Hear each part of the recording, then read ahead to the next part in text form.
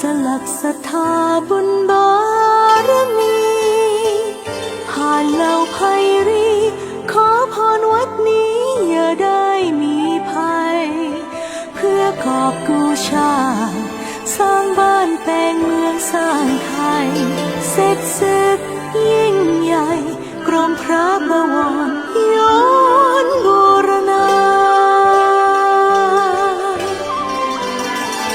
พระอารามหลวงแห่งแรกรัตนโกสินทร์เทิดคู่แผ่นดินเพื่อสามส่งองค์กษัตริย์วัดมหาธาตุยุวราชรังสฤษคู่ฟ้าวัดแห่งวาจาเคียงคู่ศรัทธาสาธุชนวัดมหาธาตุยุวราชรังสฤษกราบองค์ทรงฤทธิ์พระบวรสถานมงคลพระเจดีย์ทองบรรจุพระธาตุศูนย์กลางใจชนมากราบให้ได้สักคนพระศรีสันเพชรดังเพชรแห่งบุญใต้ร่มเย็นพระศรีมหาโพธิ์ร่มโพธิ์ศรัทธาศูนย์วิปัสสนากรรมฐานสืบสานคำจุนร่วมสมโภชวัดมหาธาตุยุวราชคู่บุญสั่งสมเสบียงบุญเพื่อหนุนพระศาสนา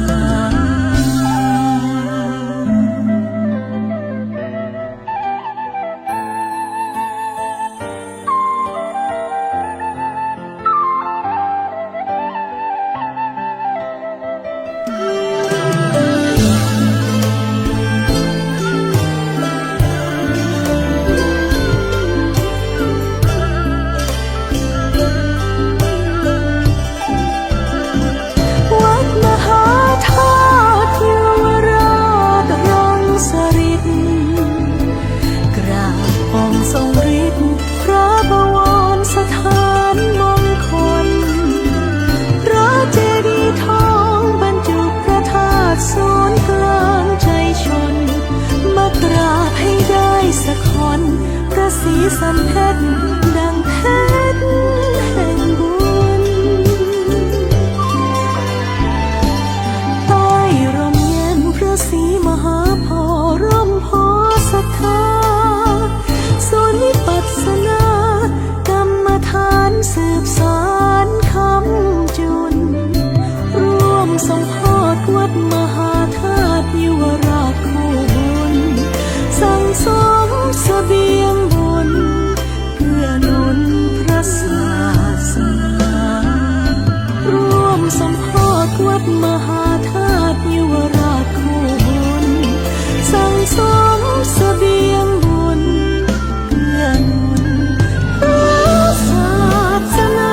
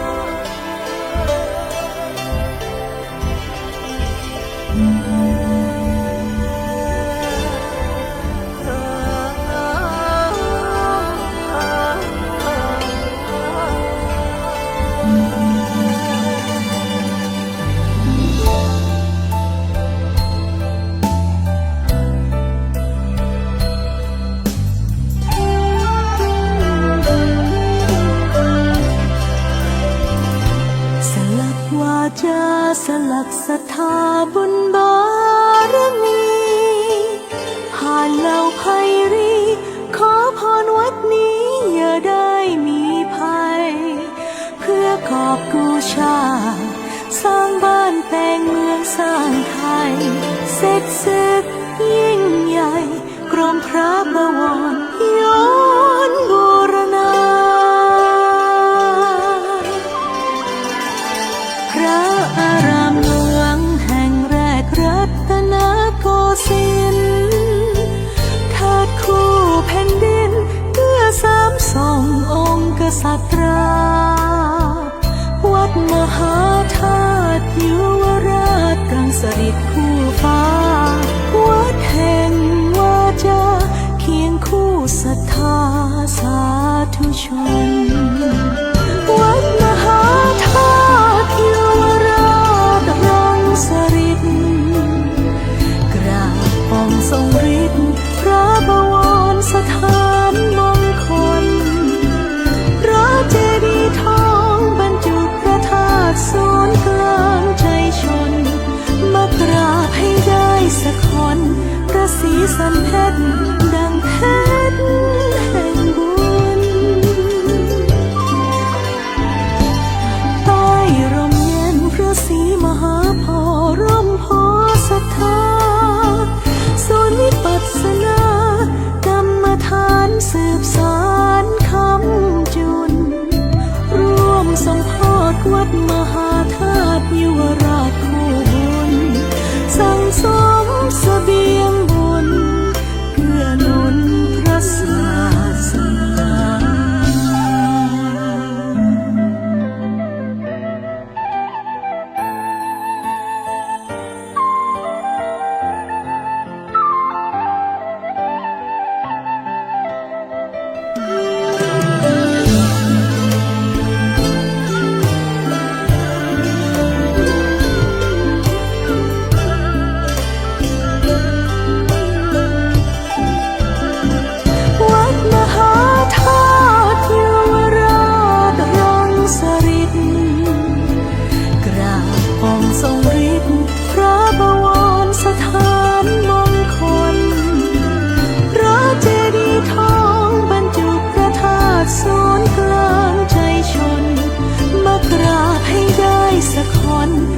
สีสันเพชรดังเพชรแห่งบุญใต้ร่มเย็นพระศรีมหาโพธิ์ร่มโพธิ์ศรัทธาศูนย์วิปัสสนากรรมฐานสืบสานคำจุนร่วมทรงโพธิ์วัดมหาธาตุยุวราชคู่บุญสั่งสมเสบียงบุญเพื่อ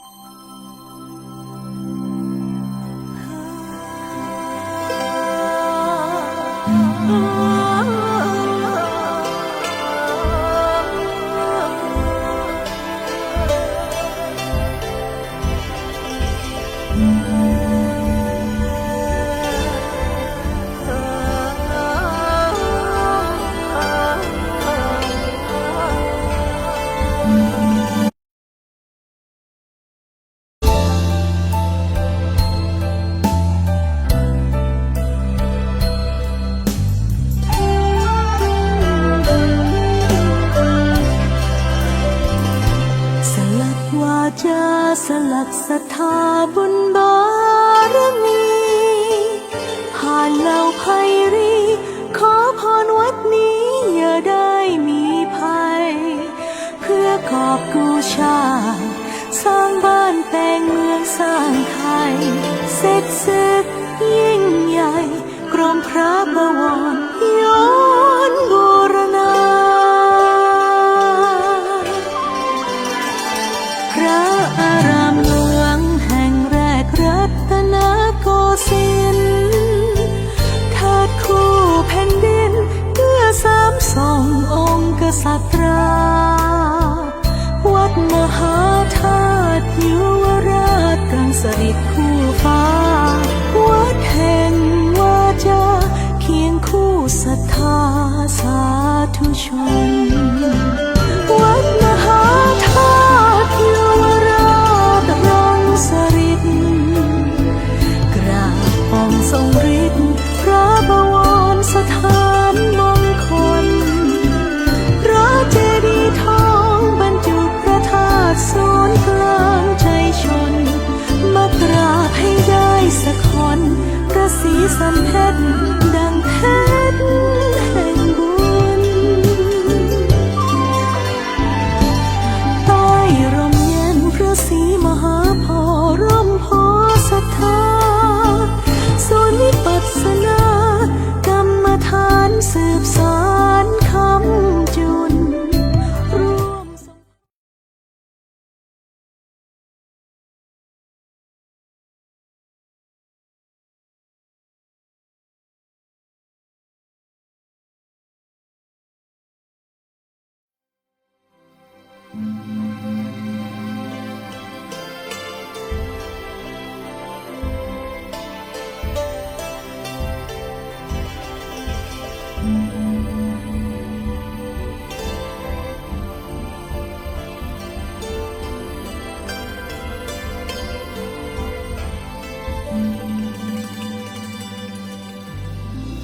วัดมหาธาตุยุวราชรังสฤษฎ์ราชวรมหาวิหารเป็นพระอารามหลวงชั้นเอกชนิดราชวรมหาวิหารตั้งอยู่เขตพระนครริมฝั่งแม่น้ำเจ้าพระยาฝั่งตะวันออกล้อมรอบด้วยมหาวิทยาลัยศิลปากรชุมชนท่าพระจันทร์มหาวิทยาลัยธรรมศาสตร์และท้องสนามหลวงเดิมชื่อวัดสลักซึ่งสันนิษฐานว่าถูกเรียกตามการสร้างวัดที่ดูเป็นงานแกะสลักอันพิเศษกว่าวัดอื่นในสมัยนั้นอีกข้อสันนิษฐานว่าวัดนี้มีพระภิกษุเป็นช่างฝีมือด้านแกะสลักอยู่เป็นจำนวนมากจึงเป็นเหตุให้ชาวบ้านเรียกชื่อวัดว่าวัดสลักโดยมีเจดีย์ทรงเหลี่ยมสีขาวและคณะชื่อสลักเป็นจุดแสดงที่ตั้งเดิม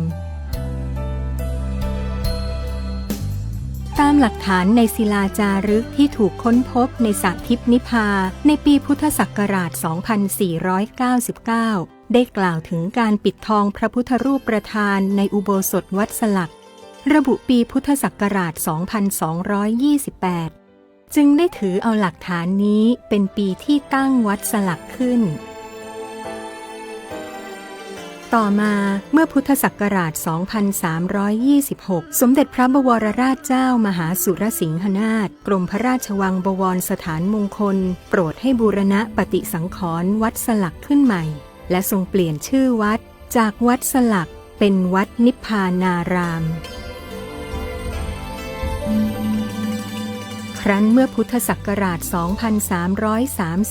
พระบาทสมเด็จพระพุทธยอดฟ้าจุฬาโลกมหาราชโปรดให้มีการสังคายนาพระไตรปิฎกโดยใช้เขตพุทธาวาสและศาลาการประเรียนวัดมหาธาตุเป็นที่ประชุมทำการสังคายนา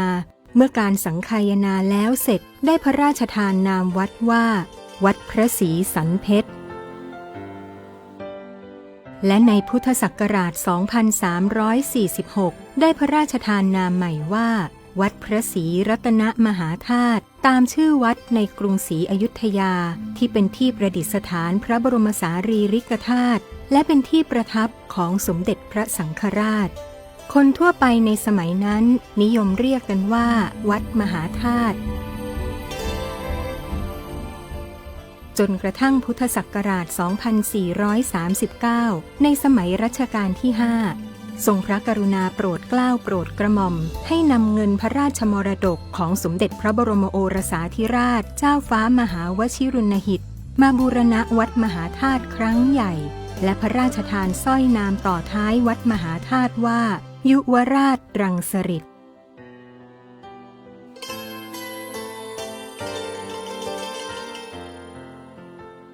วัตถุสถานภายในวัดมหาธาตุยุวราชรังสฤษฎ์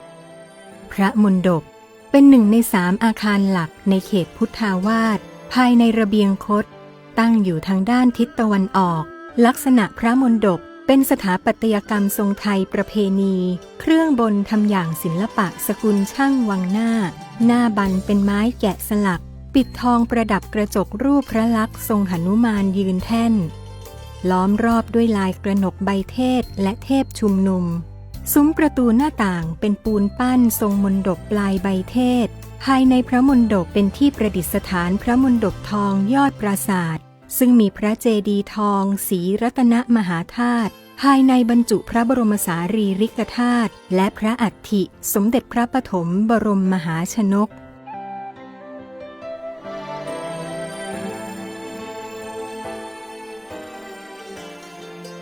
พระอุโบสถตั้งอยู่ขนานกับพระวิหารภายในพระระเบียงคตหันหน้าไปทางทิศตะวันออกเป็นอาคารก่ออิฐถือปูนทรงไทยประเพณีหลังคาเคลือบสีประดับช่อฟ้าใบระกาหางหงส์ศิลปะสกุลช่างวังหน้าบันไม้แกะสลักเป็นรูปนารายณ์ทรงสุบรรณปิดทองประดับกระจกแวดล้อมด้วยเทวดาด้านละ3 องค์เหนือขึ้นไปเป็นเทพพนมมีลายพื้นเป็นลายใบเทศก้านต่อดอกรอบนอกและภายในพระอุโบสถมีเสมาติดผนังสลักเป็นภาพครุฑยุทธนาคประดับอยู่ซึ่งเป็นรูปแบบที่นิยมในสถาปัตยกรรมของพระอุโบสถสกุลช่างวังหน้า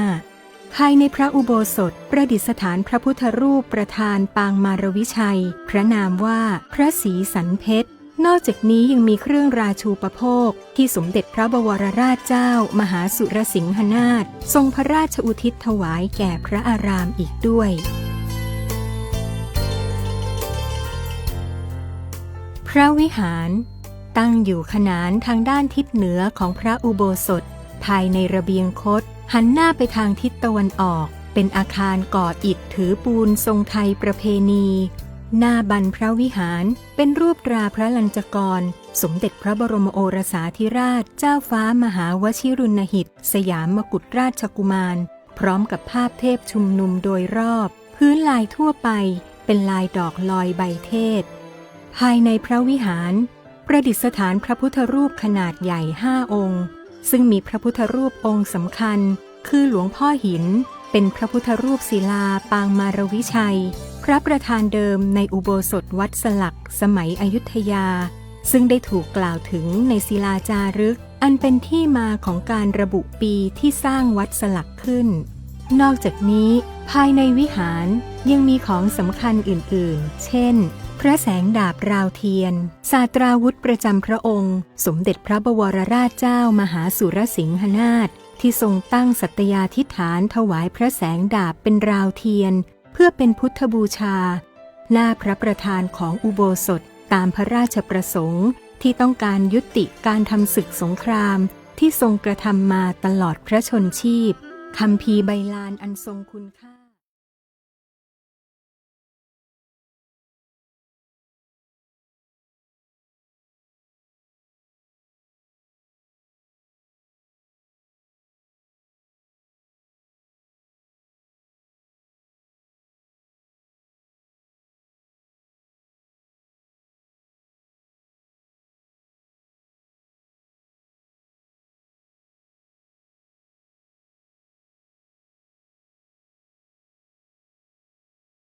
ที่เป็นลูกศิษย์ของท่านอาจารย์ดร.แม่ชีท่านมาร่วมพิธีด้วยนะครับร่วมสาธยายด้วยก็ขออนุญาตกราบนิมนต์บนอาสนะสงฆ์นะครับนิมนต์ได้เลยครับหลังจากเราสาธยายเสร็จแล้วในเวลา 20 นาฬิกานะครับ2 ทุ่มโดยประมาณพระเดชพระคุณ หลวงพ่อเจ้าวาดพระพรหมวชิราธิบดีได้มอบหมายให้ท่านเจ้าคุณอาจารย์พระพรหมวชิรวิมลมุนีมาทำพิธีปิดครับจะให้โอวาทและอำนวยอวยพรต้อนรับปีใหม่กับทุกท่านนะครับในช่วงเวลา 20 นาฬิกานะครับอย่าเพิ่งรีบกลับนะครับซึ่งการสาธยายพระไตรปิฎกทุกวัน10 วันที่ผ่านมานี้วันนี้เป็นวันสุดท้ายนั้นทางคณะสงฆ์วัดมหาธาตุอยากจะให้เป็นการฉลองครบ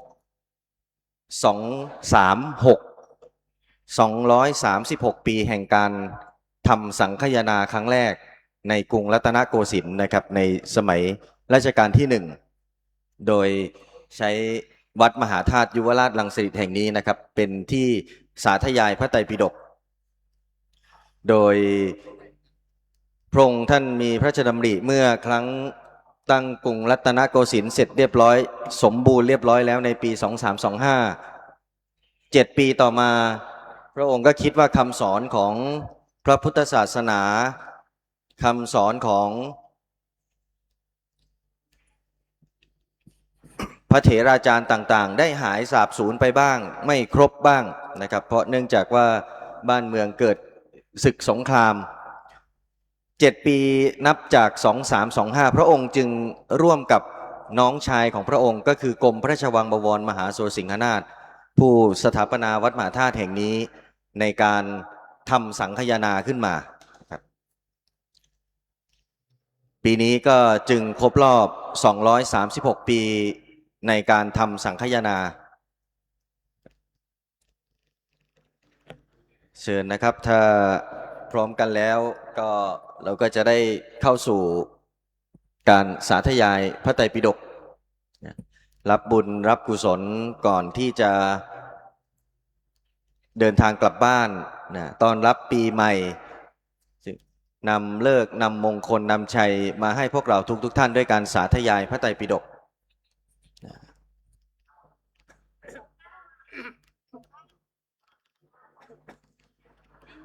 นิมนต์เลยครับขึ้นด้วย ผู้ช่วยท่านอาจารย์ครูที่เขาเป็นเจ้าว่าท่านไหนรู้จักไปท่านดังลง ใกล้ดับใกล้ดับเลยใกล้ดับ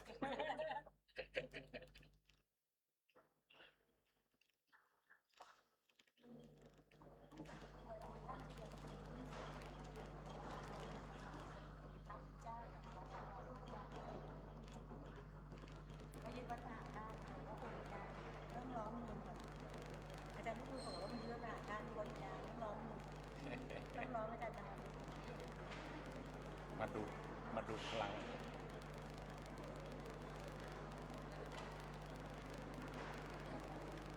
ดีจ้าจำได้จ้าสาธุ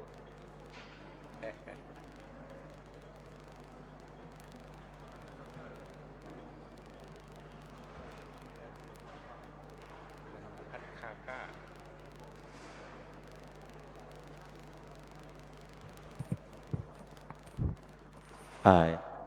ขออนุญาตพระเถรานุเถระแล้วก็ขอเจริญพรญาติโยมทุกท่านวันนี้ก็อุ่นหนาฝาคลั่งเหมือนเดิมนะวันนี้เป็นวันสุดท้ายนะโยมนะเวลาสวดก็อย่าออมเสียงนะวันนี้สวดอย่าออมเสียงสวดให้ดังๆให้ไปถึงสวรรค์ชั้นไหนไม่รู้เอาดาวดึงเลยเหรอนะเอาดาวดึงเลยเนาะวันนี้จะเป็นวันสวดพิเศษวันนี้อาจารย์แม่ในฐานะเป็นผู้ชำนาญเรื่องพระไตรปิฎกถ้าท่านไหนมีคำถามอยากจะถามนะให้ถามอาจารย์แม่นะอย่ามาถามอาตมานะวันนี้ถือว่าเป็นสูตรสำคัญนะวันนี้เป็นสูตรสำคัญโยมพยายามขยับมานั่งให้เต็มแถวหน่อยโยมเพราะเวลาเราถ่ายทอดสดเนี่ยมันจะได้สวยๆอย่าให้มีเก้าอี้ว่างนะนั่งให้เต็มข้างหน้าเลยขยับขึ้นมาเลยโยมนะคือพิธีอย่างนี้นะถ้านั่งเต็มโต๊ะเต็มแถวมันสวยนะขยับมาเลยโยมขยับมาเลยไม่ต้องปล่อยให้เก้าอี้ว่างเพราะว่าทางวัดมหาธาตุได้มีการถ่ายทอดสดไป ไปในเพจของวัดซึ่งก็ไปทั่วโลกนะว่าไปอ่ะทั้งอังกฤษอเมริกายุโรปไปหมดนะกิจกรรมของวัดมหาธาตุฉะนั้นถ้าเรานั่งให้เต็มแถวสวยๆเนี่ยภาพที่ออกมามันก็จะงามนะภาพออกมาจะงามญาติโยมได้หนังสือทั้งหมดหรือยังโยมนะหนังสือจะเป็นปกสีเขียวๆมีพระพุทธรูปมีพระพุทธเจ้านะคล้ายๆกำลังแสดงธรรมนะน่าจะเป็นโปรดปัญจวัคคีย์หรือเปล่าไม่แน่ใจวันนี้เราสวดหน้าที่เท่าไหร่เนาะนี่132นะโยมนะวันนี้ไม่ต้องไปคิดอะไรเยอะเพราะว่า132มันไม่มาแล้ว ขออภัย มันไม่มาแล้วเอาไว้วันที่16 ท่านพระครูคะ166อาจจะมาก็ได้ท่านพระครูคะขออภัยค่ะ166 166เอาแล้วงานนี้เดี๋ยวอาตมาต้องดักบนดักล่างนะ166 132166โยมไปเปิดไปที่หน้า166นะ166ในเบื้องต้นนะในเบื้องต้นนี่เราก็จะมีพิธีสมาทานศีลนะก็โยมเป็นผู้นำอาจารย์ปูก็ได้อาราธนาศีล5นะมายังพันเตดังๆถ้าอาราธนาศีล5ผิดนี่ ปรับตกแล้วก็กราบอาราธนาท่านอาจารย์นุกูลได้ให้ศีลโยมด้วยนะครับตามพิธีในเบื้องต้นขอให้ท่านทั้งหลายพนมมือขึ้นเราจะได้กล่าวสักการะองค์พระพุทธติมาด้วยกันนะว่าเลยโยมอิมินาสการเรนะ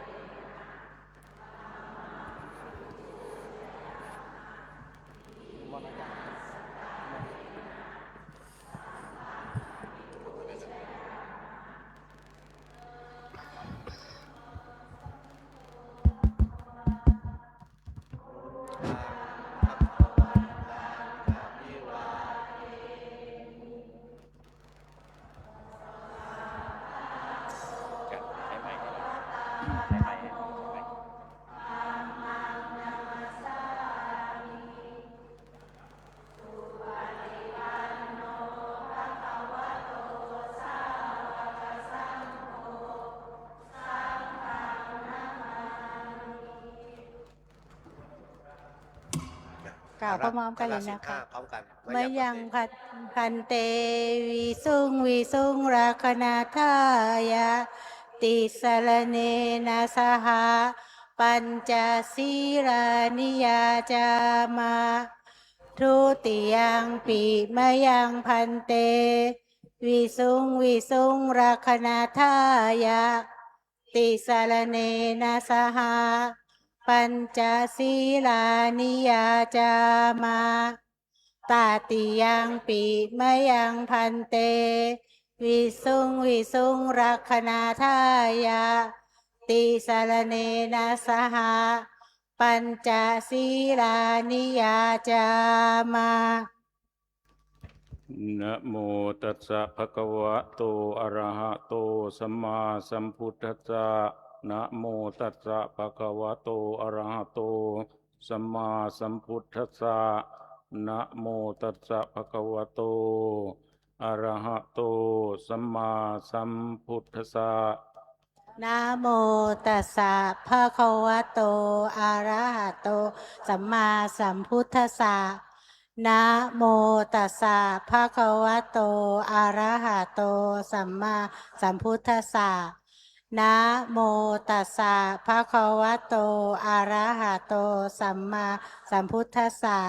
พุทธังสรณังคัจฉามิพุทธังสรณังคัจฉามิธัมมังสรณังคัจฉามิธัมมังสรณังคัจฉามิสังฆังสรณังคัจฉามิสังฆังสรณังคัจฉามิทุติยัมปิพุทธังสรณังคัจฉามิทุติยังติพุทธังสรณังคัจฉามิทุติยัมปิธัมมังสรณังคัจฉามิท ทุติยัมปิธัมมังสารนังคฉามิ ทุติยัมปิสังฆังสรณังคัจฉามิ ทุติยัมปิสังฆังสารนังคฉามิ ตติยัมปิพุทธังสรณังคัจฉามิ ตาติยังปีพุทธังสารนังคฉามิ ตติยัมปิธัมมังสรณังคัจฉามิ ตาติยังปีธัมมังสารนังคฉามิ ตติยัมปิสังฆังสรณังคัจฉามิ ตาติยังปีสังฆังสารนังคฉามิ ติ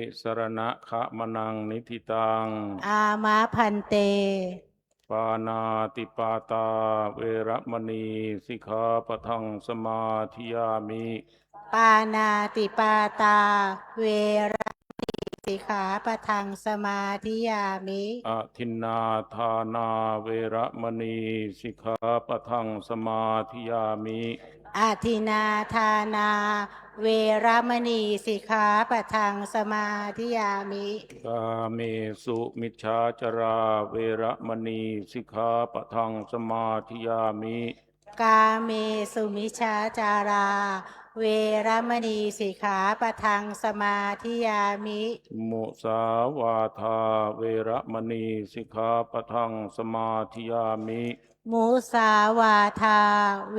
รมณีสิกขาปะทังสมาธิยามิ สุราเมรยมัชฌะปมาทฐานาเวระมณีสิกขาปะทังสมาธิยามิ สุราเมรยมัชฌะปมาสถานา เวรมณีสิกขาปะทังสมาธิยามิ อิมานิปัญจสิกขาปทานิสีเลนะสุขติงยันติ สาธุ สีเลนะโภคสัมปทา สาธุ สีเลนะนิพพุติงยันติตัสมาสีลังวิโสทะเย สาธุ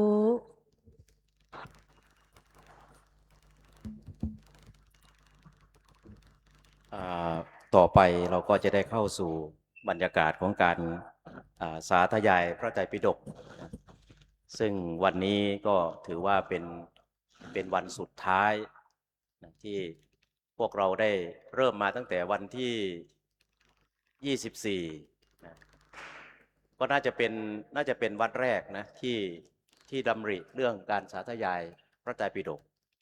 แล้วก็พอไปสืบเสาะถึงประวัติศาสตร์การสังคายนาก็ปรากฏว่าที่วัดมหาธาตุแห่งนี้เป็นที่เริ่มในการสังคายนาพระไตรปิฎกครบนับจากวันนั้นจนถึงวันนี้236 ปีนะ236นะโยมก็อย่าคิดลึก เนี่ยก็ถือว่าเป็นโอกาสทองของพวกเราแหละวันนี้ได้มาสาธยายเป็นการปิดกิจกรรมมหาธาตุมหาธรรมซึ่งมีอาจารย์ดร.เมชีจะได้นำพาพวกเราการสวดสาธยายก็จะเป็นการแปลนะถ้าช่วงไหนอาจารย์แม่อยากจะหยุดแล้วก็อธิบายเพิ่มเติมก็ได้แล้วเราก็ไปต่อจะได้เข้าใจวันนี้เราจะใช้เวลาตั้งแต่นี้จนถึง2 ทุ่มนะถ้าไม่จบก็3 ทุ่มถ้า3 ทุ่มไม่จบก็4 ทุ่มถ้า4 ทุ่มไม่จบโยมอยู่อาตมาจะไปนะมันอย่างนี้นะเอาละขอผ่านไมค์ไปที่อาจารย์แม่ได้กล่าวนำแล้วก็เข้าสู่การสาธยายต่อไปขอเจริญพร ขอนอบน้อมแด่พระรัตนตรัยขอถวายความเคารพแด่พระพรหมวชิราธิบดีอธิบดีสงฆ์วัดมหาธาตุยุวราชรังสฤษฎ์ขอถวายความเคารพแด่พระมหาเถระพระเถระทุกรูปธรรมสวัสดีคณะแม่ชีและอุบาสกอุบาสิกาทุกท่านวันนี้เราจะมาสาธยายพระอภิธรรมปิฎกแต่ส่วนที่เราจะสาธยายนั้นจะเป็นหน้าที่166นะคะดูที่หน้า166หน้านี้จะเริ่มต้นที่เหตุจตุกังค่ะเหตุจตุกะซึ่งเป็นส่วนที่เกี่ยวกับปฏิจจสมุปบาทหรือเรียกอีกอย่างหนึ่งก็คือปัจจัยาการซึ่งแปลว่าอาการที่เป็นปัจจัย ปัจจัยาการนี้ส่วนมากจะใช้ในพระพิธรรม ส่วนปฏิจจสมุปบาทนี้จะใช้ในพระสูตรนะคะเวลาเราอ่านพระสูตรเราจะเจอคำว่าปฏิจจสมุปบาทพอมาอ่านพระพิธรรมเราจะเจอคำว่าปัจจัยาการซึ่งในพระไตรปิฎกเล่มที่35จะมีหมวดปัจจัยาการเรียกว่าปัจจัยาการวิพังค์นะคะเป็นวิพังค์หนึ่งที่พูดถึงการประชุมของปัจจัยมีอวิชชาพอเราเปิดหน้าที่166เราจะเจอคำว่าตัสมิงสมัยเยอวิชชาปัจจยาสังขาโรตรงนี้สังเกตนะคะในพระพิธรรมจะมีคำว่าอวิชชาปัจจยาสังขาโรส่วนในพระสูตรจะมีคำว่าอวิชชาปัจจยาสังขาราตรงนี้สังขาโรถ้าใครที่เรียนพระพิธรรมมานะคะก็จะรู้ว่าเอ๊ะทำไมตรงอวิชชาปัจจยาทำไมจึงเป็นสังขาโรทำไมไม่เป็นสังขารานะคะนี้มีคำอธิบายว่าปฏิจจสมุปบาทหรือปัจจัยาการนี้ในพระพิธรรมนี้จะมุ่งหมายลงไปถึงจิตแต่ละดวงละดวงจึงใช้คำว่าสังขาโรเช่นสังขารตัวนี้หมายถึงเจตนาที่อยู่ในจิตที่เป็นโลภะนะคะอันนี้เจาะลงไปจิตที่เป็นโลภะจะมีกระบวนการของปัจจัยาการเกิดขึ้นจิตที่เป็นโทสะก็จะหมายถึงเจตนาหรือสังขาโรตัวนี้ในขณะจิตหนึ่งจึงใช้คำว่าสังขาโรส่วนในพระสูตรนั้นจะใช้คำว่าสังขาราก็คือจิตแต่ละดวงต่างๆนะคะจิตดวงต่างๆก็เลยใช้คำว่าสังขาราเดี๋ยวเวลาเราสวดไปเราก็จะเจอคำว่านามปัจจยาฉัฏฐายตนังตรงนี้นะคะเดี๋ยวเราสวดไปเราก็จะเข้าใจว่าในขณะที่เราโกรธนะคะในชีวิตประจำวันของเราจะมีความหงุดหงิดกุ้มใจเดือดร้อนใจความเครียดเกิดขึ้นในจิตใจของเราไอตัวสังขาโรตัวนี้ค่ะอวิชชาปัจจยาสังขาโรตัวนี้จะทำหน้าที่เป็นตัวเจตนานะคะที่เกิดขึ้นอยู่ในโทสะมูลจิตดวงนั้นๆเพราะว่าโทสะมูลจิตนี้มีอยู่2ดวงในจักรวาลนี้มีความโกรธอยู่2ดวง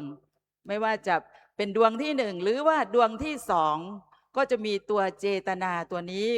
เกิดขึ้นในจิตแต่ละดวงละดวงนะคะดังนั้นจึงใช้คำว่าสังขาโรหรือในขณะที่เราเห็นเรานั่งอยู่ตรงนี้เราเห็นพระคุณเจ้าหรือเห็นพระประธานในพระอุโบสถนี้เป็นกุศลวิบากจักขุวิญญาณนะคะในกุศลวิบากจักขุวิญญาณก็หมายความว่าเป็นการเห็นที่ดีเพราะเรามานั่งอยู่ตรงนี้เห็นดีและได้ยินเสียงที่ดีก็คือการสาธยายธรรมการบรรยายธรรมได้กลิ่นที่ดีสิ่งดีๆเหล่านี้นะคะที่เรากำลังได้รับอยู่นี้เรียกว่าวิปากจิตนะคะในขณะที่เราเห็นดีจักขุวิญญาณเกิดขึ้นเป็นผลของกุศลที่เราทำมาตั้งแต่อดีตชาติเรียกว่ากุศลกามาวจรที่สั่งสมไว้ในอดีตชาติแล้วพอมาปัจจุบันชาตินี้เราจึงเห็นดีค่ะได้ยินเสียงที่ดีๆนั่นก็หมายความว่าเรากำลังได้รับวิบากที่ดีที่เราสั่งสมกุศลกามาวจรที่เราสั่งสมไว้ในอดีตชาติตรงนี้นะคะจะตัดอวิชชาออกไปเหลือแต่สังขารนะคะเวลาเราไปอ่านดูโอ้นี่ทำไมใช้คำว่าสังขาโรเรามาสวดไปพร้อมๆกันนะคะขออนุญาตครูบาอาจารย์เป็นต้นเสียงนะคะค่ะเดี๋ยวนิมนต์ท่านอาจารย์พระครูภาวนาขึ้นนะโม เป็นนะโมนะโยมนะอ่าตั้งใจนะโยมนะเดี๋ยวครูบาอาจารย์พร้อมกันเลยนะครับนะโมตัสสะภะคะวะโตอะระหะโตสัมมาสัมพุทธั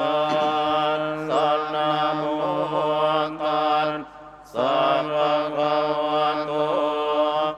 อะระหะโตสัมมาสัมพุทธัสสะนะโมตัสสะภะคะวะโตอะระหะโตสัมมาสัมพุทธัสสะพุทธังสรณังคัจฉามิธัมมังสรณังคัจฉามิสังฆังสรณังคัจฉามิทุติยามปิพุทธังสรณังคัจฉามิทุติยามปิธัมมังสรณังคัจฉามิทุติยามปิสังฆังสรณังคัจฉามิตติยามปิพุทธังสรณังคัจฉามิตติยามปิธัมมังสรณังคัจฉามิตติยามปิสังฆังสรณังคัจฉามิ ตัสมิงสมัยเยอวิชชาปัจจัยสังขารุอวิชชาเหตุโกในสมัยนั้นเพราะอาวิชชาเป็นปัจจัยสังขารที่มีอวิชชาเป็นเหตุจึงมีสังขารปัจจยาวิญญาณังสังขาราเหตุกังเพราะสังขารเป็นปัจจัยวิญญาณที่มีสังขารเป็นเหตุจึงมีวิญญาณปัจจยานามังวิญญาณเหตุกังเพราะวิญญาณเป็นปัจจัยนามที่มีวิญญาณเป็นเหตุจึงมีนามปัจจยาฉัฏฐายตนังนามเหตุกังเพราะนามเป็นปัจจัยอายตนะที่หกที่มีนามเป็นเหตุจึงมีฉัฏฐายตนะปัจจยาภัสโสฉัฏฐายตนะเหตุโกเพราะอายตนะที่หกเป็นปัจจัยภาษาที่มีอายตนะที่หกเป็นเหตุจึงมีภาษาปัจจยาเวทนาภาษาเหตุกาเพราะภาษาเป็นปัจจัยเวทนาที่มีภาษาเป็นเหตุจึงมีเวทนาปัจจยาตัณหาเวทนาเหตุกาเพราะเวทนาเป็นปัจจัยตัณหาที่มีเวทนาเป็นเหตุจึงมีตัณหาปัจจยาอุปาทานังตัณหาเหตุกัง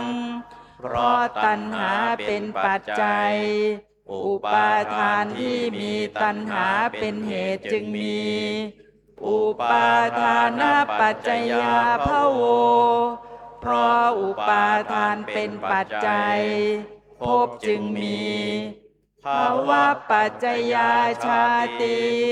เพราะภพเป็นปัจจัยชาติจึงมีชาติปัจจยาชรามรณังเพราะชาติเป็นปัจจัยชรามรณะจึงมีเอวะเมตัสสะเกวะลัสสะทุกขขันธัสสะสมุทัยโยโหติกองทุกข์ทั้งมวลนี้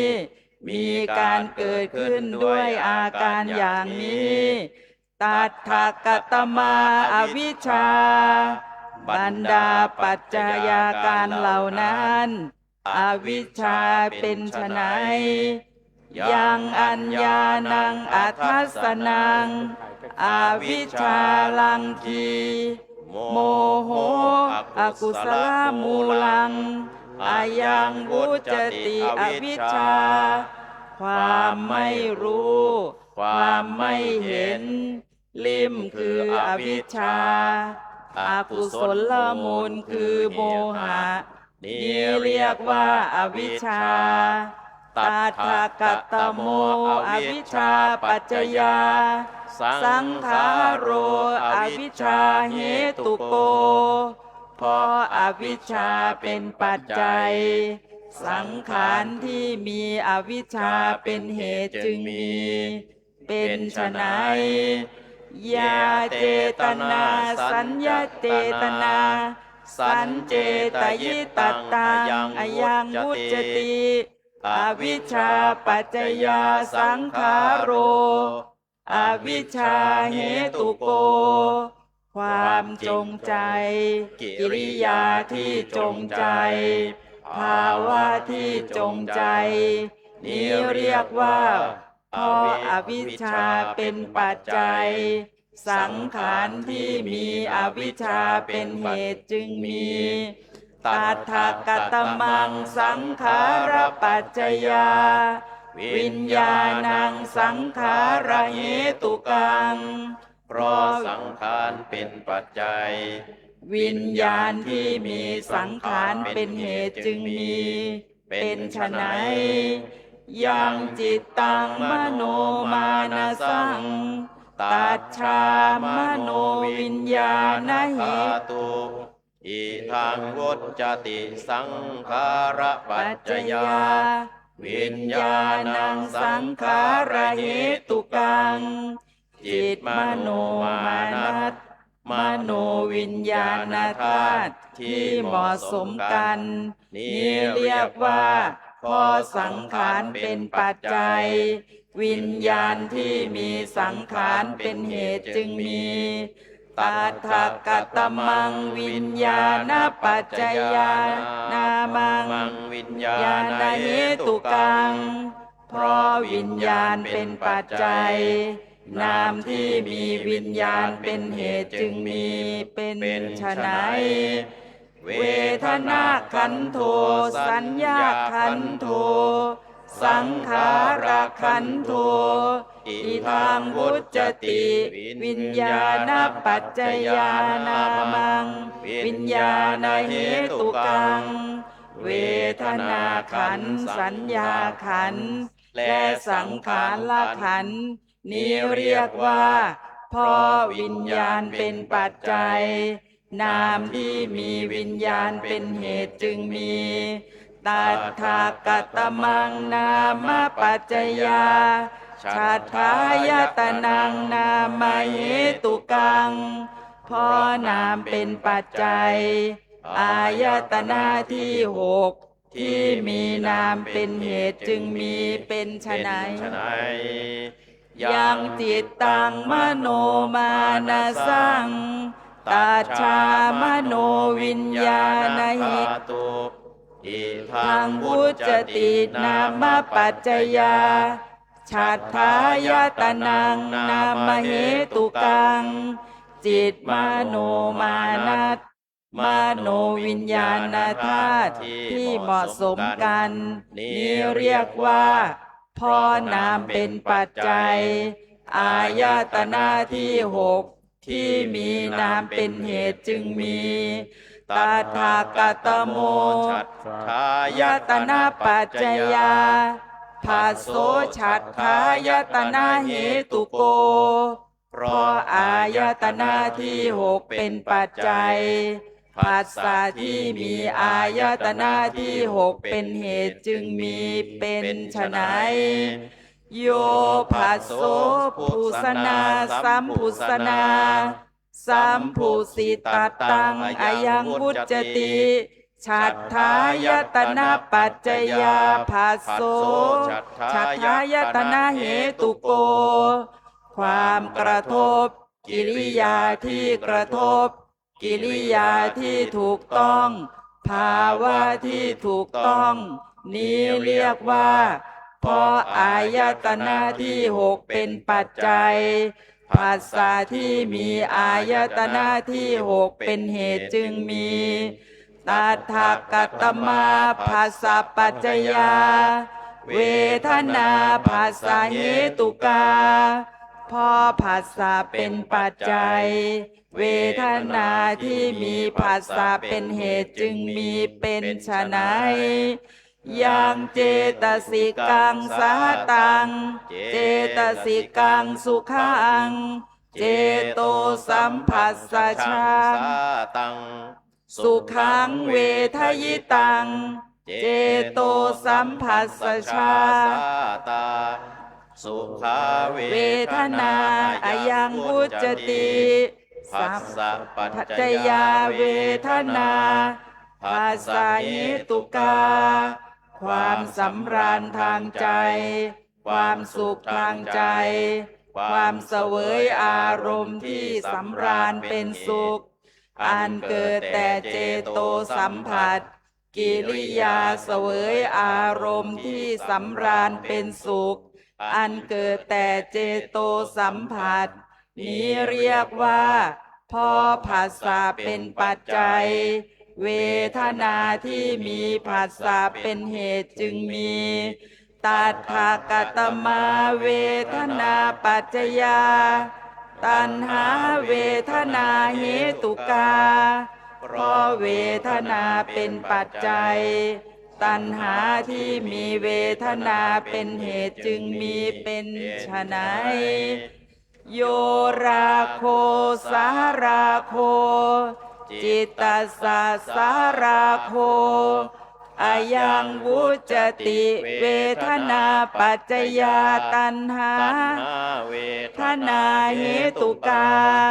ความกำหนัด ความกำหนัดนัก ความกำหนัดนักแห่งจิต นี้เรียกว่า เพราะเวทนาเป็นปัจจัย ตัณหาที่มีเวทนาเป็นเหตุจึงมีตถาคตมังตัณหาปัจจยา อุปาทานังตัณหาเหตุกัง เพราะตัณหาเป็นปัจจัย อุปาทานที่มีตัณหาเป็นเหตุจึงมีเป็นไฉนยาทิฏฐิทิฏฐิคตัง ติทายตนัง วิปริยาสักขาโห อีทางวุจติ ตัณหาปัจจยา อุปา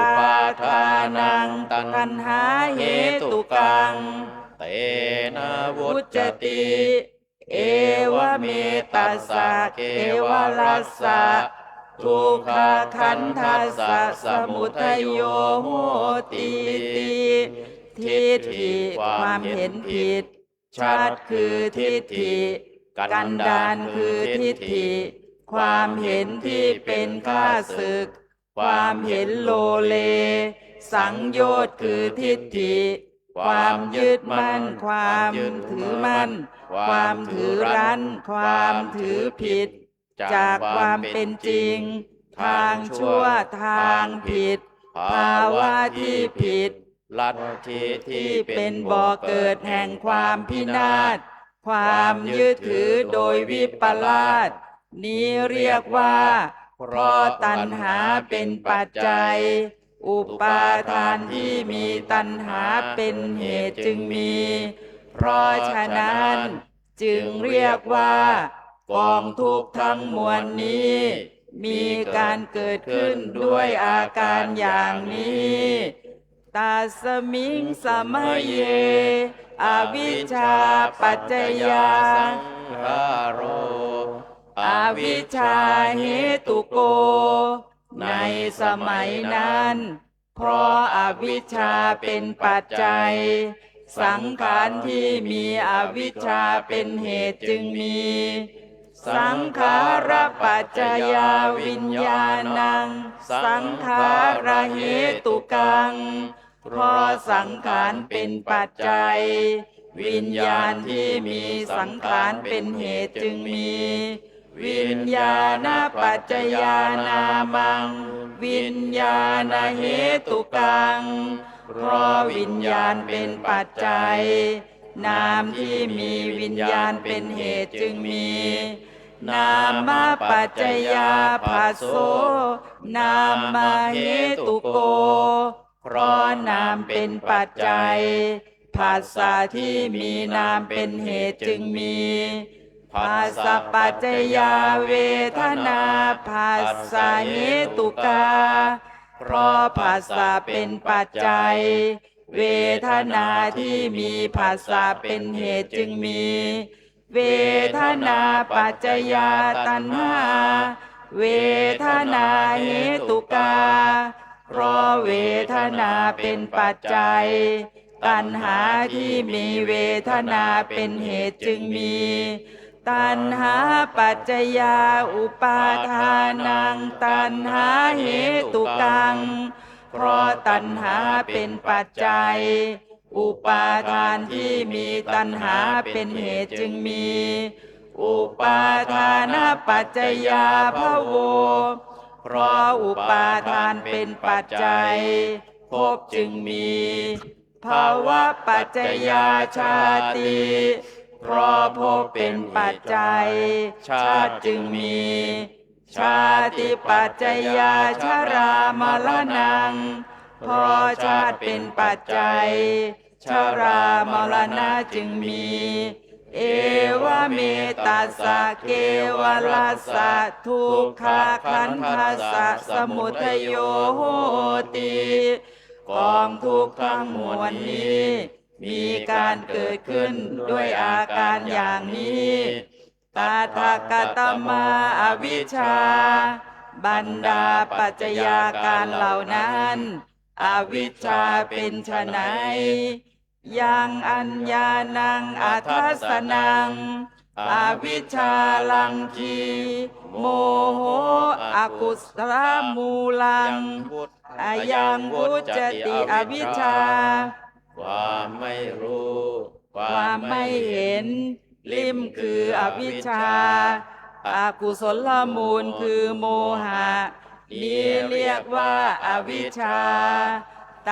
ถาคตโมอวิชชาปัจจยาสังขาโรวิชชาเหตุโก เพราะอวิชชาเป็นปัจจัยสังขารที่มีอวิชชาเป็นเหตุจึงมีเป็นไฉนยาเจตนาสัญเจตนาสัญเจตยิตัตตังอายังวุจติอวิชชาปัจจยาสังขาโรอวิชชาเหตุโก ความจงใจกิริยาที่จงใจภาวะที่จงใจนี้เรียกว่าเพราะอวิชชาเป็นปัจจัยสังขารที่มีอวิชชาเป็นเหตุจึงมีต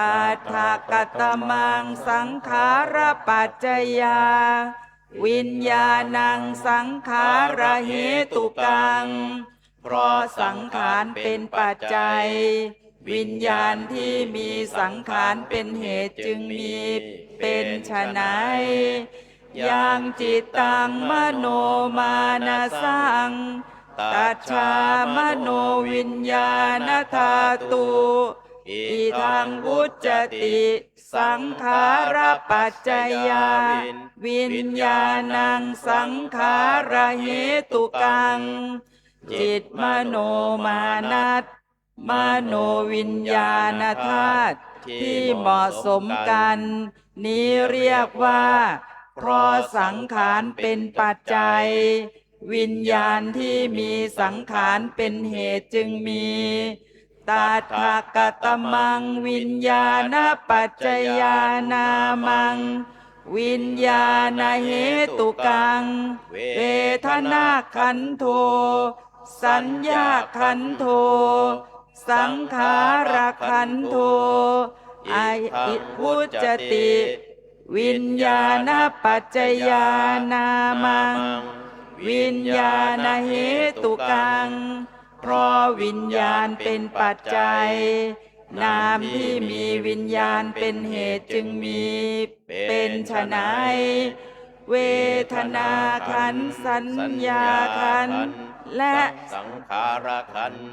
นี้เรียกว่า เพราะวิญญาณเป็นปัจจัย นามที่มีวิญญาณเป็นเหตุจึงมี นามปัจจยาภาโส นามเหตุ ตุโกติ ในคำว่า เพราะนามเป็นปัจจัย ภาษาที่มีนามเป็นเหตุจึงมีตถาคตมังนามัง ในนามรูปนั้น นามเป็นไฉนทัพเปตวาภาสัง เวทนาขันโท สัญญาขันโท สังขารขันโท วิญญาณขันโท อีทังวุจตินามัง เว้นภาษาแล้ว เวทนาขันธ์สัญญาขันธ์สังขารขันธ์และวิญญาณขันธ์นี้เรียกว่านามตถาคตโมนามปัจจยาภาโสนามเหตุโก เพราะนามเป็นปัจจัย ภาษาที่มีนามเป็นเหตุจึงมีเป็นไฉนโยภาโสปุสนาสัมปุสนาสัมปุสิตัตตังอายังวุจติ นามปัจจยาภาโสนามเหตุโก เตนะวุจติ เอวเมตัสสะ เกวะรัสสะทุกข ทาขันทัสสะสมุทัยโยโหติติ ความกระทบ กิริยาที่กระทบ กิริยาที่ถูกต้อง ภาวะที่ถูกต้องนี้ เรียกว่าเพราะนามเป็นปัจจัย ภาษาที่มีนามเป็นเหตุจึงมี เพราะฉะนั้นจึงเรียกว่ากองทุกข์ทั้งมวลนี้ มีการเกิดขึ้นด้วยอาการอย่างนี้ตาสมิงสมัยเยอวิชชาปัจจยา สังขาโรอวิชชาเหตุโก ในสมัยนั้น เพราะอาวิชชาเป็นปัจจัย สังขารที่มีอวิชชาเป็นเหตุจึงมี สังขารปัจจยาวิญญาณัง สังขารเหตุกัง เพราะสังขารเป็นปัจจัย วิญญาณที่มีสังขารเป็นเหตุจึงมี วิญญาณปัจจยานามรูปัง วิญญาณเหตุกัง เพราะวิญญาณเป็นปัจจัย นามรูปที่มีวิญญาณเป็นเหตุจึงมี นามรูปปัจจยาฉัตถายตนัง นามรูปเหตุกัง เพราะนามรูปเป็นปัจจัย อายตนะที่หกที่มีนามรูปเป็นเหตุจึงมีฉัตถายตนะปัจจยาภาโสฉัตถายตนะเหตุโก เพราะอายตนะที่หกเป็นปัจจัย ภาษาที่มีอายตนะที่หกเป็นเหตุจึงมีภาษาปัจจยาเวทนาภาษาเหตุกาเพราะภาษาเป็นปัจจัย เวทนาที่มีภาษาเป็นเหตุจึงมี เวทนาปัจจยาตัณหาเวทนาเหตุกาเพราะเวทนาเป็นปัจจัย ตัณหาที่มีเวทนาเป็นเหตุจึงมี ตัณหาปัจจยาอุปาทานังตัณหาเหตุกัง เพราะตัณหาเป็นปัจจัย อุปาทานที่มีตัณหาเป็นเหตุจึงมี อุปาทานปัจจยาภโวเพราะอุปาทานเป็นปัจจัยภพจึงมีภาวะปัจจยาชาติเพราะภพเป็นปัจจัยชาติจึงมี ชาติปัจจยาชรามรณังเพราะชาติเป็นปัจจัยชรามรณะจึงมี เอวเมตัสสะเกวลัสสะทุกขขันธัสสะสมุทัยโยติกองทุกข์ทั้งมวลนี้ มีการเกิดขึ้นด้วยอาการอย่างนี้ตาทกัตตมาอวิชชาบรรดาปัจจัยาการเหล่านั้นอวิชชาเป็นไฉนยังอัญญานังอัทัสสนังอวิชชาลังคีโมโหอกุศลมูลังอายังวุจติอวิชชาความไม่รู้ความไม่เห็นลิมคืออวิชชาอากุศลมูลคือโมหะนี้เรียกว่าอวิชชาตถากัตโมอวิชชาปัจจยาสังขาโรอวิชชาเหตุโกเพราะอวิชชาเป็นปัจจัยสังขารที่มีอวิชชาเป็นเหตุจึงมีเป็นไฉนยาเจตนาสัญเจตนาสัญเจตยิตัตตังอายังวุจติอวิชชาปัจจยาสังขาโรอวิชชาเหตุโกความจงใจกิริยาที่จงใจภาวะที่จงใจนี้เรียกว่าเพราะอวิชชาเป็นปัจจัยสังขารที่มีอวิชชาเป็นเหตุจึงมีตถากัตมังสังขารปัจจยาวิญญาณังสังขารเหตุกังเพราะสังขารเป็นปัจจัยวิญญาณที่มีสังขารเป็นเหตุจึงมีเป็นไฉนยังจิตตังมโนมานะสังตัจฉามโนวิญญาณธาตุอิทังวุจติสังขารปัจจยา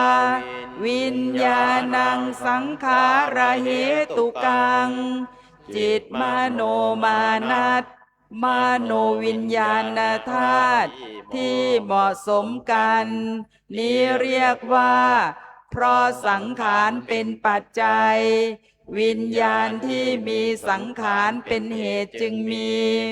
ตถากัตมังวิญญาณปัจจยานามรูปังวิญญาณเหตุกังเพราะวิญญาณเป็นปัจจัยนามรูปที่มีวิญญาณเป็นเหตุจึงมีเป็นไฉนอัตถินามังอัตถิรูปังนามหนึ่งรูปหนึ่งตถากัตมังนามังในนามรูปนั้นนามเป็นไฉนเว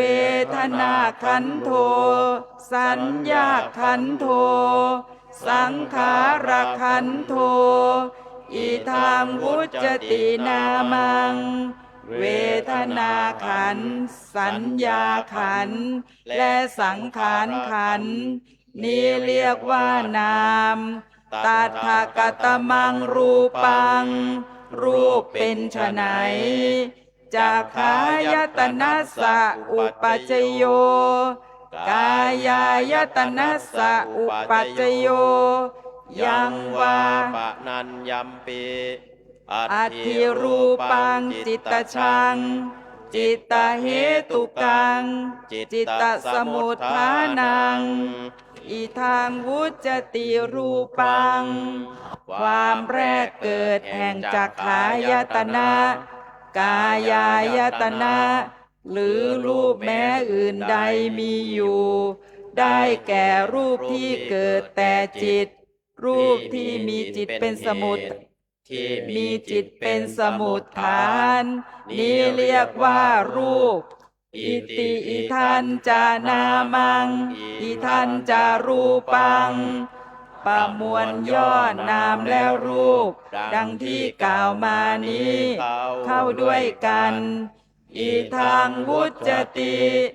วิญญาณปัจจยานามรูปัง วิญญาณเหตุกัง นี้เรียกว่า เพราะวิญญาณเป็นปัจจัย นามรูปที่มีวิญญาณเป็นเหตุจึงมี นาม มรูปปัจจยาชาทายตนัง นามรูปเหตุกันติคำว่า เพราะนามรูปเป็นปัจจัย อายตนะที่หกที่มีนามรูปเป็นเหตุจึงมีอัตถินามัง อัตถิรูปัง ได้แก่นามหนึ่งรูปหนึ่งตถาคตมังนามัง ในนามและรูปนั้น นามเป็นไฉนเวทนาขันโท สัญญาขันโท สังขารขันโท อีทางวุจตินามัง เวทนาขันธ์สัญญาขันธ์และสังขารขันธ์นี้เรียกว่านามตถาคตมังรูปัง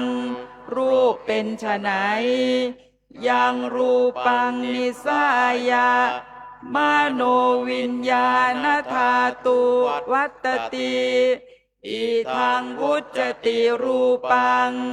รูปที่มโนวิญญาณธาตุอาศัยเป็นไปนี้เรียกว่ารูป อิติอิทันจนามัง อิทันจรูปัง อิทังวุจตินามรูปัง นามและรูปดังที่กล่าวมานี้ เรียกว่านามรูปตถาคตมังนามรูปปัจจยาชัทธายตนังนามรูปเหตุกังพอนามรูปเป็นปัจจัยอายตนะที่หกที่มีนามรูปเป็นเหตุจึงมีเป็นไฉนยังจิตตังมโนมานะสังตัจฉามโนวิญญาณธาตุอิทังวุจตินามรูปปัจจยาชัทธายตนังนามรูปเหตุกังจิตมโนมานัตมโนวิญญาณธาตุที่เหมาะสมกันนี้เรียกว่าพอนามรูปเป็นปัจจัยอายตนะที่หกที่มีนามรูปเป็นเหตุจึงมีตถาคตโมชัทธายตนะปัจจยาภัสโสชัทธายตนะเหตุโกเพราะอายตนะที่หกเป็นปัจจัยภาษาที่มีอายตนะที่หกเป็นเหตุจึงมีเป็นไฉนโยภัสโสพุสนาสัมพุสนาสัมพุสิตตังอายังวุจติชัทธายตนะปัจจยาภัสโสชัทธายตนะเหตุโกเตนะวุจติเอวะเมตัสสะเกวะรัสสะทุกขขันธัสสะสมุทัยโยติติความกระทบกิริยาที่กระทบกิริยาที่ถูกต้องภาวะถูกต้องนี้เรียกว่าเพราะอายตนะที่หกเป็นปัจจัยภาษาที่มีอายตนะที่หกเป็นเหตุจึงมีเพราะฉะนั้นจึงเรียกว่ากองทุกข์ทั้งมวลนี้ มีการเกิดขึ้นด้วยอาการอย่างนี้ตัสสมิงสมัยเย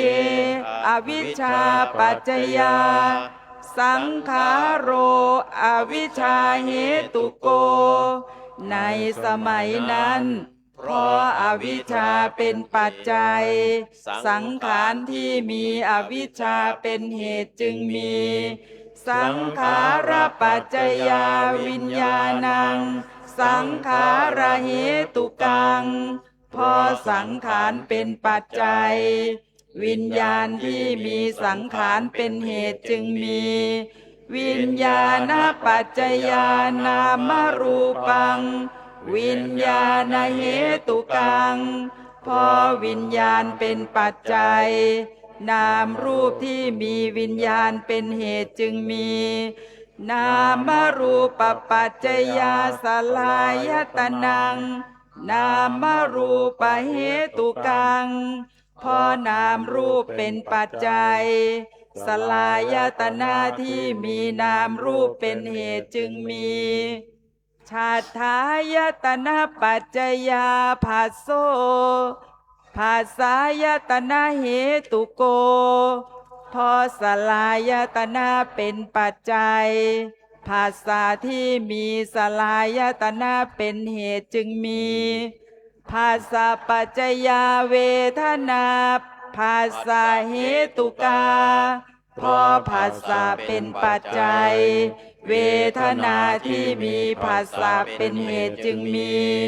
เวทนาปัจจยาตัณหาเว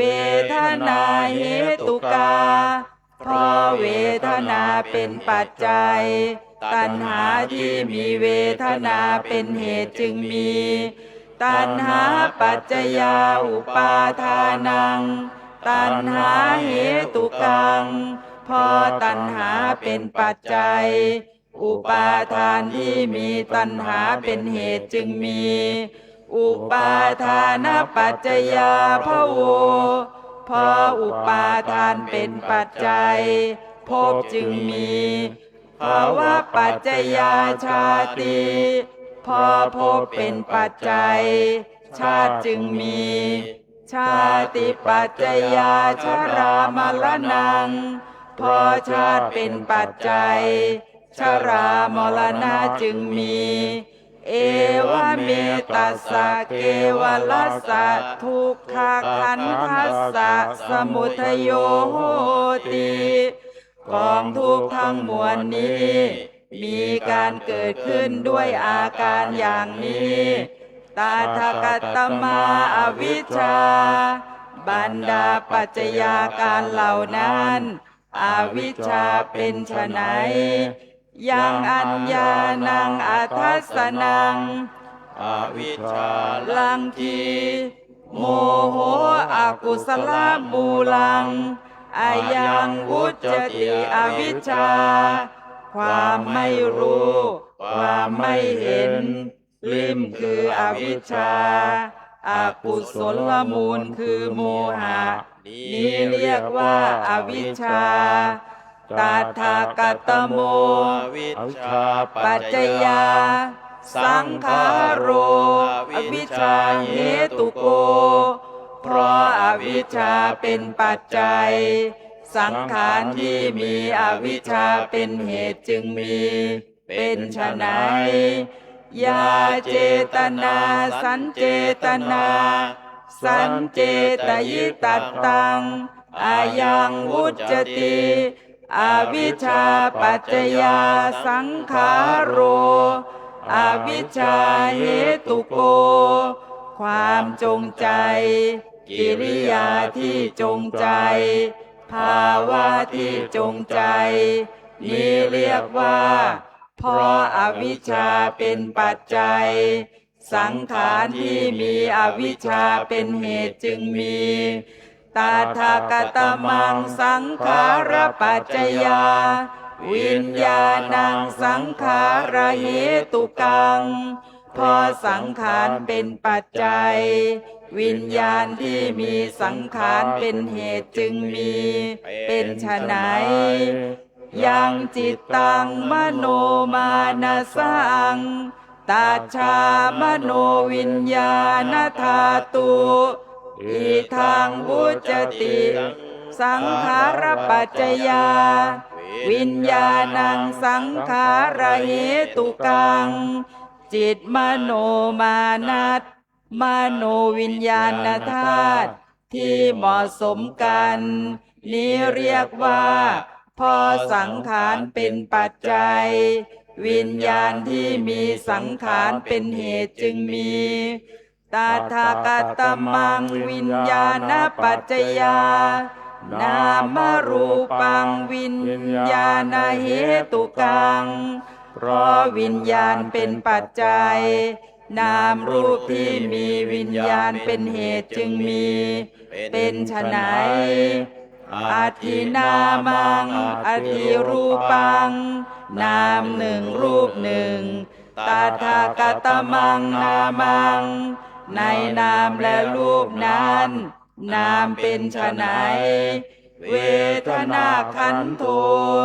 สัญญาขันโธสังขารขันโธอิทังวุจตินามัง เวทนาขันธ์สัญญาขันธ์และสังขารขันธ์นี้เรียกว่านามตถาคตมังรูปัง รูปเป็นไฉนจักขายตนะสะอุปาจโย โสตายตนะสะอุปาจโยฆานายตนะสะอุปาจโย ชิวหายตนะสะอุปาจโย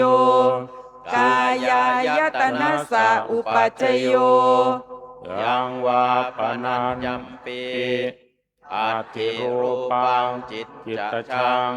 จิตตเหตุกัง จิตตสมุทฐานัง อิทังวุจติรูปัง ความแรกเกิดแห่งจักขายตนะ กายายตนะ หรือรูปแม้อื่นใด มีอยู่ได้แก่รูปที่เกิดแต่จิต ที่มีจิตเป็นเหตุ ที่มีจิตเป็นสมุทฐาน นี้เรียกว่ารูป อิติอิทันจะนามัง อิทันจะรูปัง นามและรูปดังที่กล่าวมานี้อิทังวุจติ วิญญาณปัจจยานามรูปัง วิญญาณเหตุกัง นี้เรียกว่าเพราะวิญญาณเป็นปัจจัย นามรูปที่มีวิญญาณเป็นเหตุจึงมี นามรูปปัจจยาสลายตนัง นามรูปเหตุกันติคำว่าเพราะนามรูปเป็นปัจจัยสลายตนะที่มีนามรูปเป็นเหตุจึงมี ได้แก่อัตถินามังอัตถิรูปัง นามหนึ่งรูปหนึ่งตถาคตมังนามัง นามและรูปนั้น นามเป็นไฉนเวทนาขันโธสัญญาขันโธสังขารขันโธอิทังวุจตินามัง เวทนาขันธ์สัญญาขันธ์และสังขารขันธ์นี้เรียกว่านามตถาคตมังรูปัง รูปเป็นไฉนจัตตารโรจะมหาภูตา ยัญจรูปังนิสายะมโนวิญญาณธาตุวัตติ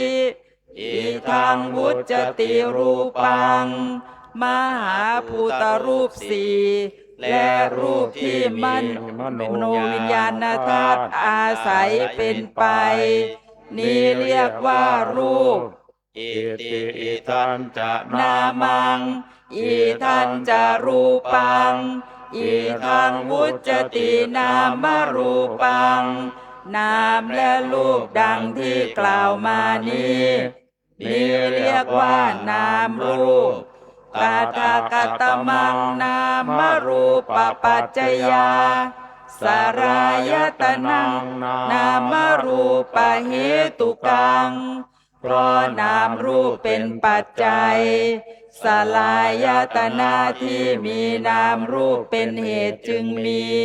เป็นไฉนจักขายตนังโสตายตนัง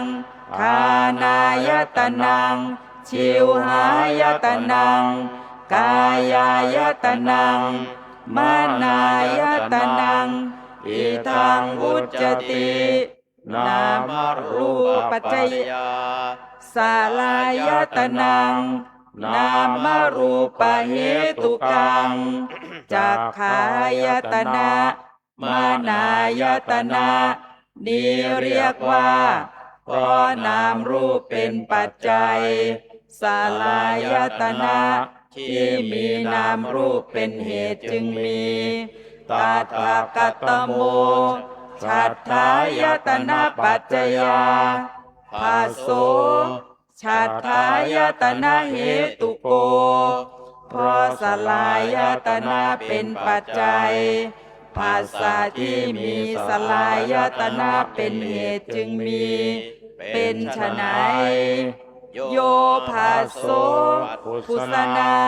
สัมพุสนาสัมพุสิตตังอายังวุจจติฉัตถายตนะปัจจยา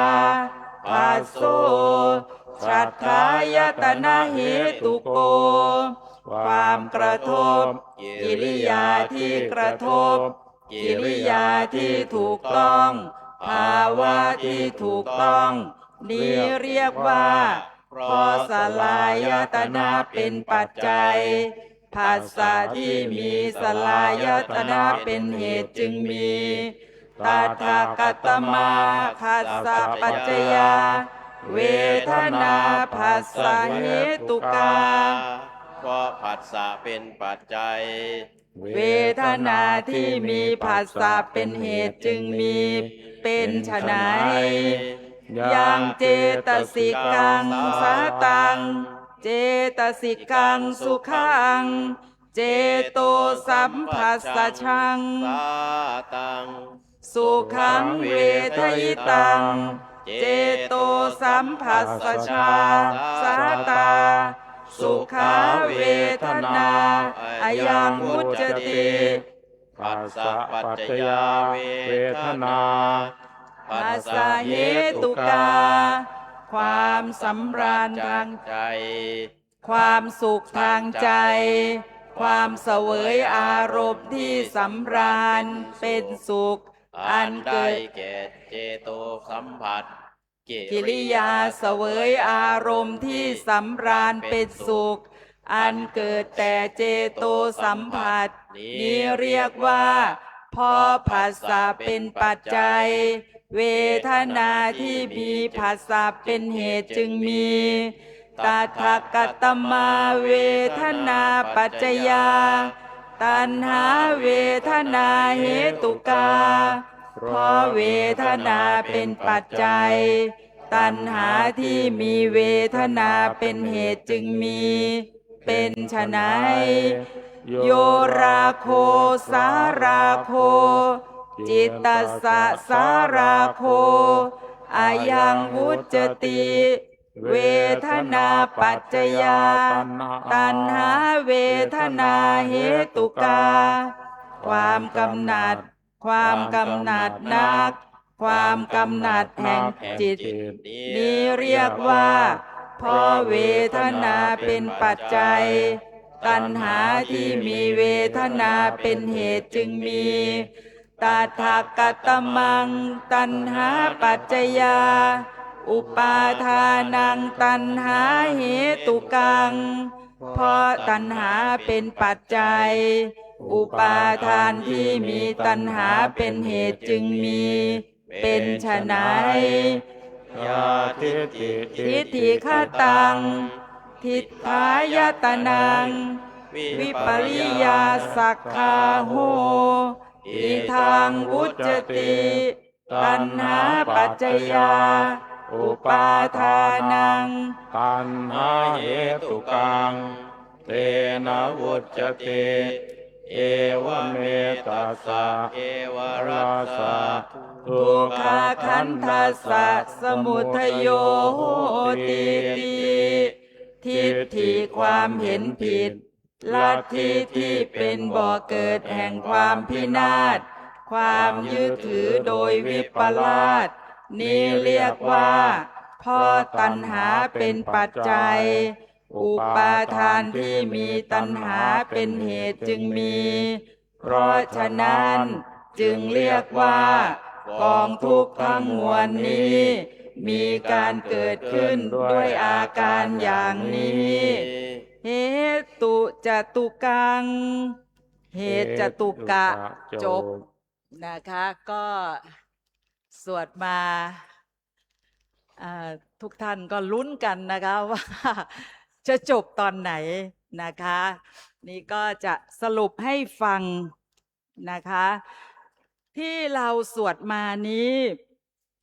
เราจะเห็นได้ว่าอภิธรรมมองกระบวนการเกิดดับของจิตนะมุ่งหมายถึงการเกิดดับของจิตจาก4มุมมุมที่หนึ่งก็คือจากปัจจัยความเกื้อหนุนให้เกิดจิตแต่ละดวงเริ่มจากสังขารเกิดเพราะว่ามีอวิชชาเป็นปัจจัยเกื้อหนุนให้เกิดขึ้นเป็นต้นมุมที่สองก็คือจากเหตุสักครู่นี้เราสวดเหตุจตุกังนะคะเราสวดเรื่องเหตุมุมที่สองนี้จากเหตุก็คือรากเหง้าของจิตแต่ละดวงนั้นเมื่ออะไรเป็นเหตุก็อันนั้นนั่นแหละเป็นปัจจัยเกื้อหนุนให้เกิดเช่นสังขารมีอวิชชาเป็นเหตุอวิชชาทำให้สังขารเกิดขึ้นเพราะว่ามีอวิชชานั่นแหละสังขารจึงได้มีขึ้นนะคะมุมที่สามก็คือจากสัมปยุตธรรมสภาวะที่เกิดพร้อมกับจิตแต่ละดวงองค์ธรรมที่เกิดดับพร้อมกันเช่นสังขารประกอบด้วยอวิชชาก็จะมีสภาพเกิดดับประกอบกันนะคะและมุมที่สี่ก็คืออัญญมัญญะแต่ละอย่างเป็นทั้งเหตุและผลของกันและกันองค์ธรรมแต่ละอย่างเป็นปัจจัยของกันและกันเช่นอวิชชาและสังขารเป็นปัจจัยของกันและกันอวิชชาเกิดเพราะว่ามีสังขารเป็นปัจจัยแต่ละมุมมองอภิธรรมก็จะจัดกระบวนปัจจัยาการหรือปฏิจจสมุปบาทออกเป็น4มุมดังที่ได้นำเรียนให้ทุกท่านทราบนะคะข้อสังเกตที่เราสวดมาจะมีคำว่าอวิชชาปัจจยาสังขาโรบรรทัดแรกที่เราสวดนะคะมีคำว่าอวิชชาปัจจยาสังขาโรถ้าอธิบายแบบอภิธรรมนะครับก็เพราะว่าสังขารประกอบขณะแห่งจิตดวงเดียวและในขณะแห่งจิตดวงเดียวนั่นแหละย่อมไม่มีเจตนามากนะคะเพราะว่าอย่างเช่น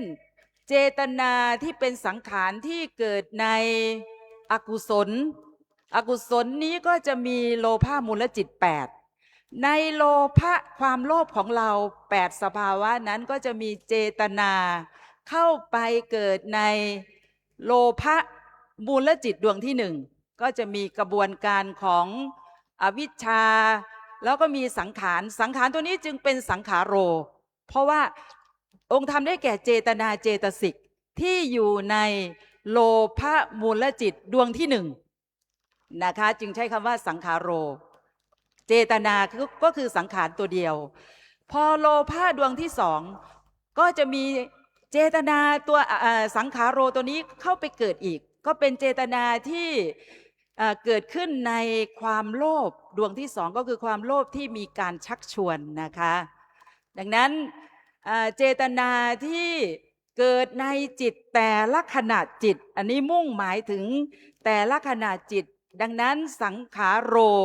ตรงนี้จึงเป็นเอกพจน์นะคะส่วนอวิชชาปัจจยาสังขาราในพระสูตรนั้นสังขาราตัวนั้นเป็นพหูพจน์ก็คือมีสังขารเข้าไปประกอบในจิตหลายๆดวงนะคะ เพราะเหตุนั้นพระพุทธเจ้าจึงไม่ตรัสว่าสังขารทั้งหลาย แต่ตรัสว่าสังขาโรในพระอภิธรรมไม่ตัดสังขาราในพระอภิธรรมแต่ว่าตัดว่าสังขาโรดังนั้นในปฏิจจสมุปบาทในอภิธรรมที่เราเรียนกันก็จะแบ่งการอธิบายออกเป็นสองอย่างก็คืออธิบายแบบพระสูตรและอธิบายแบบพระอภิธรรมวันนี้เรามาสวดอธิบายแบบพระอภิธรรมนะคะการอธิบายปฏิจจสมุปบาทในพระอภิธรรมเป็นเรื่องของจิตดวงหนึ่งในชีวิตประจำวันของเราจิตมีอยู่4ประเภทที่1ก็คืออกุศลจิตที่2ก็คือกุศลจิตที่3คืออัพยากตจิตนะคะอันที่ถ้าแบ่งออกเป็น4ก็คือแบ่งตามภพภูมิกามาวจรจิตรูปาวจรจิตอรูปาวจรจิตและโลกุตละจิตทีนี้ก็แบ่งออกเป็นประเภทอีกเป็นอกุศลจิตกุศลจิตวิปากจิตนะคะและกิริยาจิตตรงนี้แบ่งเป็น4กลุ่มแบบนี้นะคะยกตัวอย่างนะคะที่เราสวดมาเวลาความโลภเกิดขึ้นความโลภจะเกิดเองหรือมีใครชักชวนให้เกิดคือมีคนชักชวนให้เราโลภก็คือในการทำทุจริตในการลักเล็กขโมยน้อยหรือขโมยมากการฉ้อโกงการต้มตุ๋นสารพัดทั้งโดยมโนกรรมก็คือการคิดวางแผนในการทำทุจริตลักขโมยหรือว่าวจีกรรมการพูดหลอกลวงกายกรรมการลงมือกระทำภาษาอภิธรรมจะเรียกจิตดวงนี้ว่าจิตที่เป็นอกุศลเกิดขึ้นพร้อมด้วยโสมนัสความดีใจก็คือไปทำทุจริตพอได้เงินได้ทองหรือได้สิ่งของมาก็จะเกิดความดีใจนะคะสัมปยุทธ์ด้วยทิฏฐิจิตดวงนี้มีทิฏฐิความเห็นผิดเป็นมิจฉาทิฏฐินะคะในขณะนั้นก็จะมีกระบวนการของปัจจัยาการหรือปฏิจจสมุปบาทเกิดขึ้นตั้งแต่อวิชชานะคะจะตั้งต้นด้วยอวิชชาความไม่รู้อัญญานังความไม่รู้นี่แหละค่ะทำให้บุคคลทั้งหลายเกิดทุจริตเกิดความโลภเกิดการขโมยเกิดการอยากได้สิ่งของคนอื่นมาเป็นของเราอวิชชาเป็นตัวตั้งต้นเมื่ออวิชชามีการปรุงแต่งนะคะก็คือสังขารสักครู่ที่เราสวดสังขารมีสังขารในอภิธรรมก็คือเจตนาเจตสิกที่เกิดในโลภะมูลจิต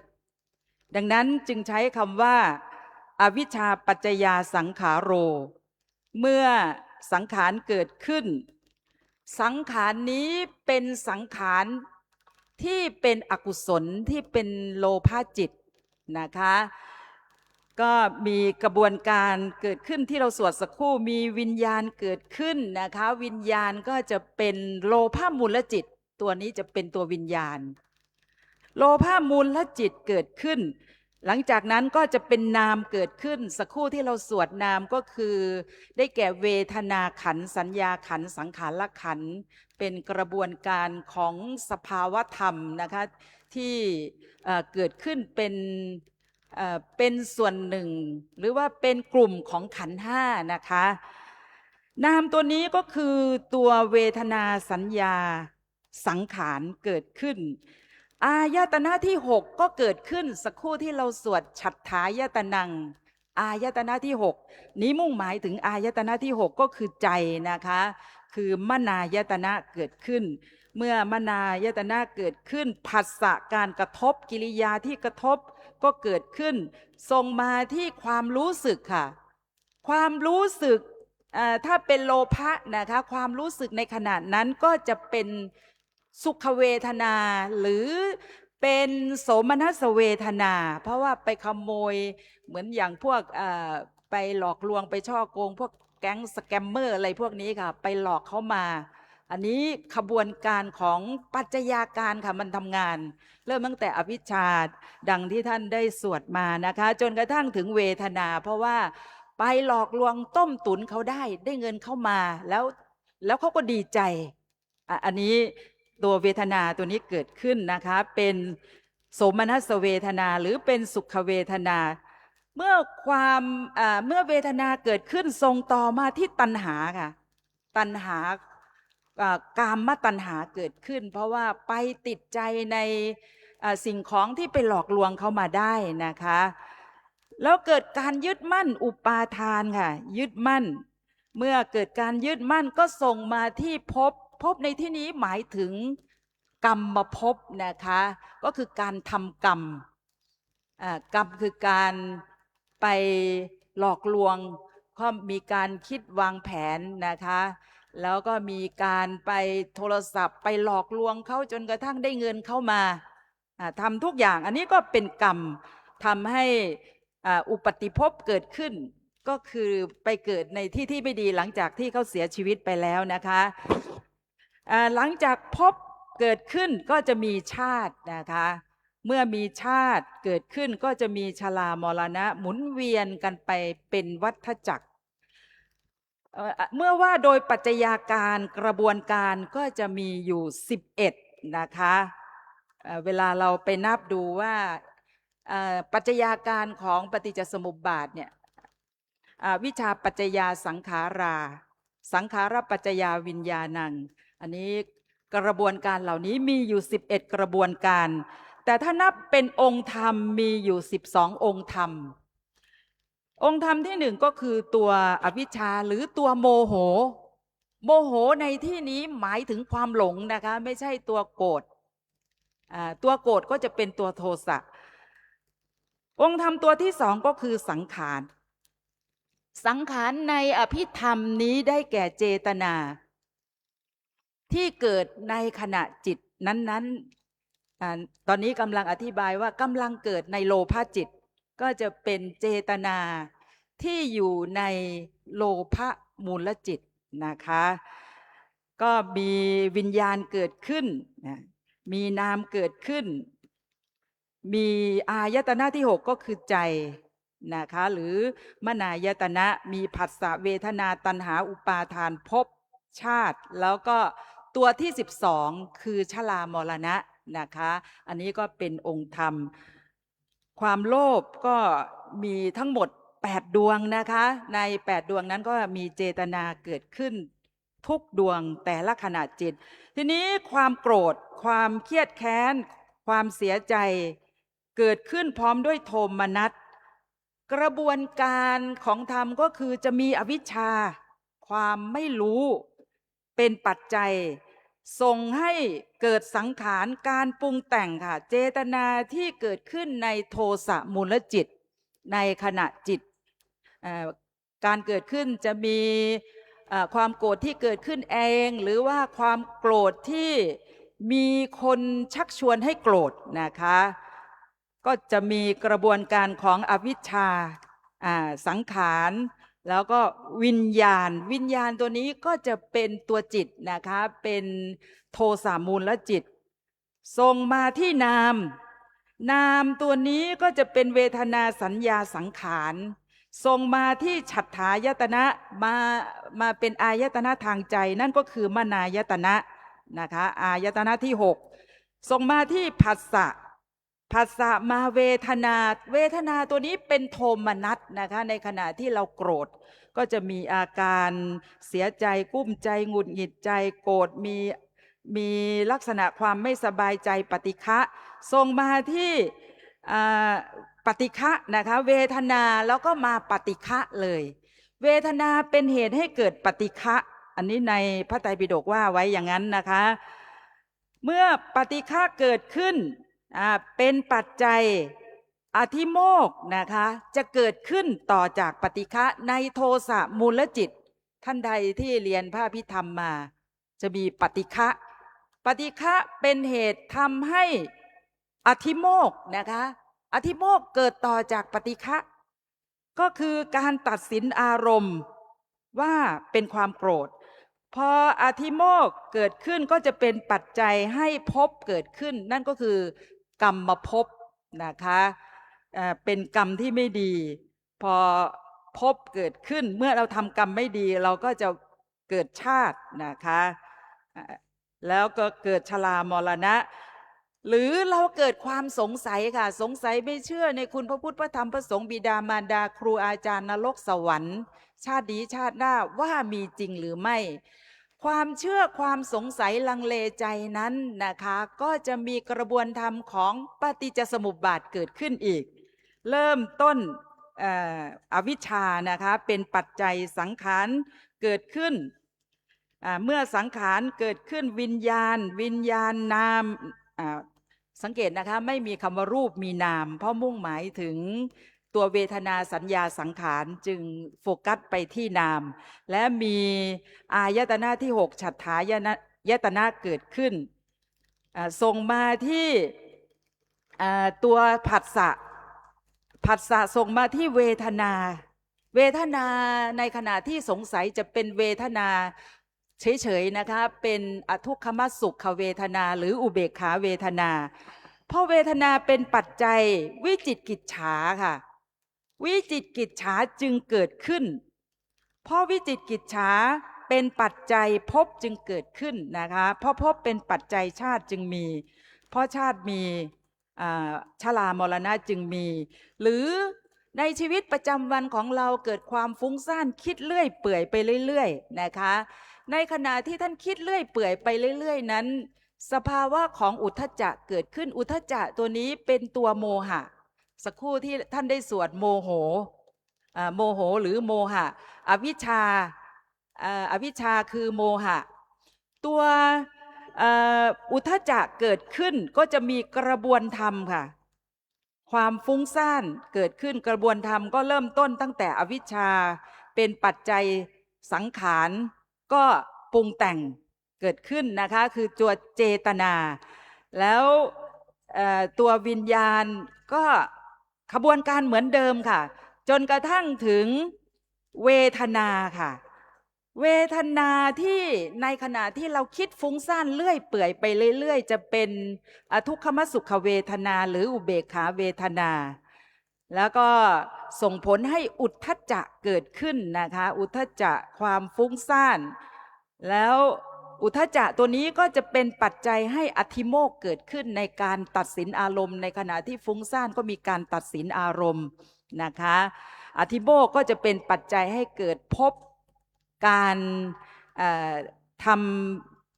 ำไม่ดีนะคะเพราะว่ามันฟุ้งซ่านเรื่อยเปื่อยไปเรื่อยๆก็ถือว่าเป็นกรรมที่ไม่ดีเพราะเป็นตัวโมหะตัวภพหรือกรรมภพเกิดขึ้นก็จะส่งผลมาที่ชาติแล้วส่งผลไปที่ชรามรณะหรือเรามาสวดสาธยายนะคะสวดสาธยายนี้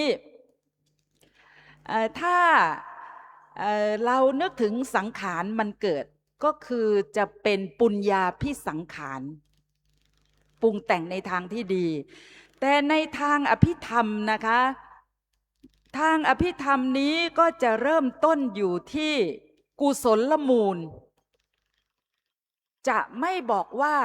อวิชชาเป็นปัจจัยให้ทำคุณงามความดีแต่จะพูดว่าเพราะกุศลมูลเป็นปัจจัยสังขารจึงมี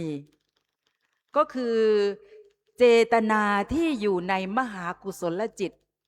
เช่นเรามาสาธยายพระไตรปิฎกวันนี้นะคะเจตนาที่อยู่ในมหากุศลจิตดวงที่หนึ่งค่ะโสมนัสสหคตังญาณสัมปยุตตังอสังขาริกัง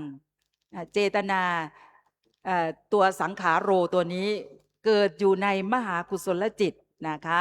ก็จะมีกระบวนการเพราะกุศลมูลเป็นปัจจัยสังขารจึงมีเพราะสังขารเป็นปัจจัยวิญญาณจึงมีเพราะวิญญาณเป็นปัจจัยนามจึงมีเพราะนามเป็นปัจจัยอายตนะที่6มนายตนะจึงมีผัสสะเกิดต่อนะคะ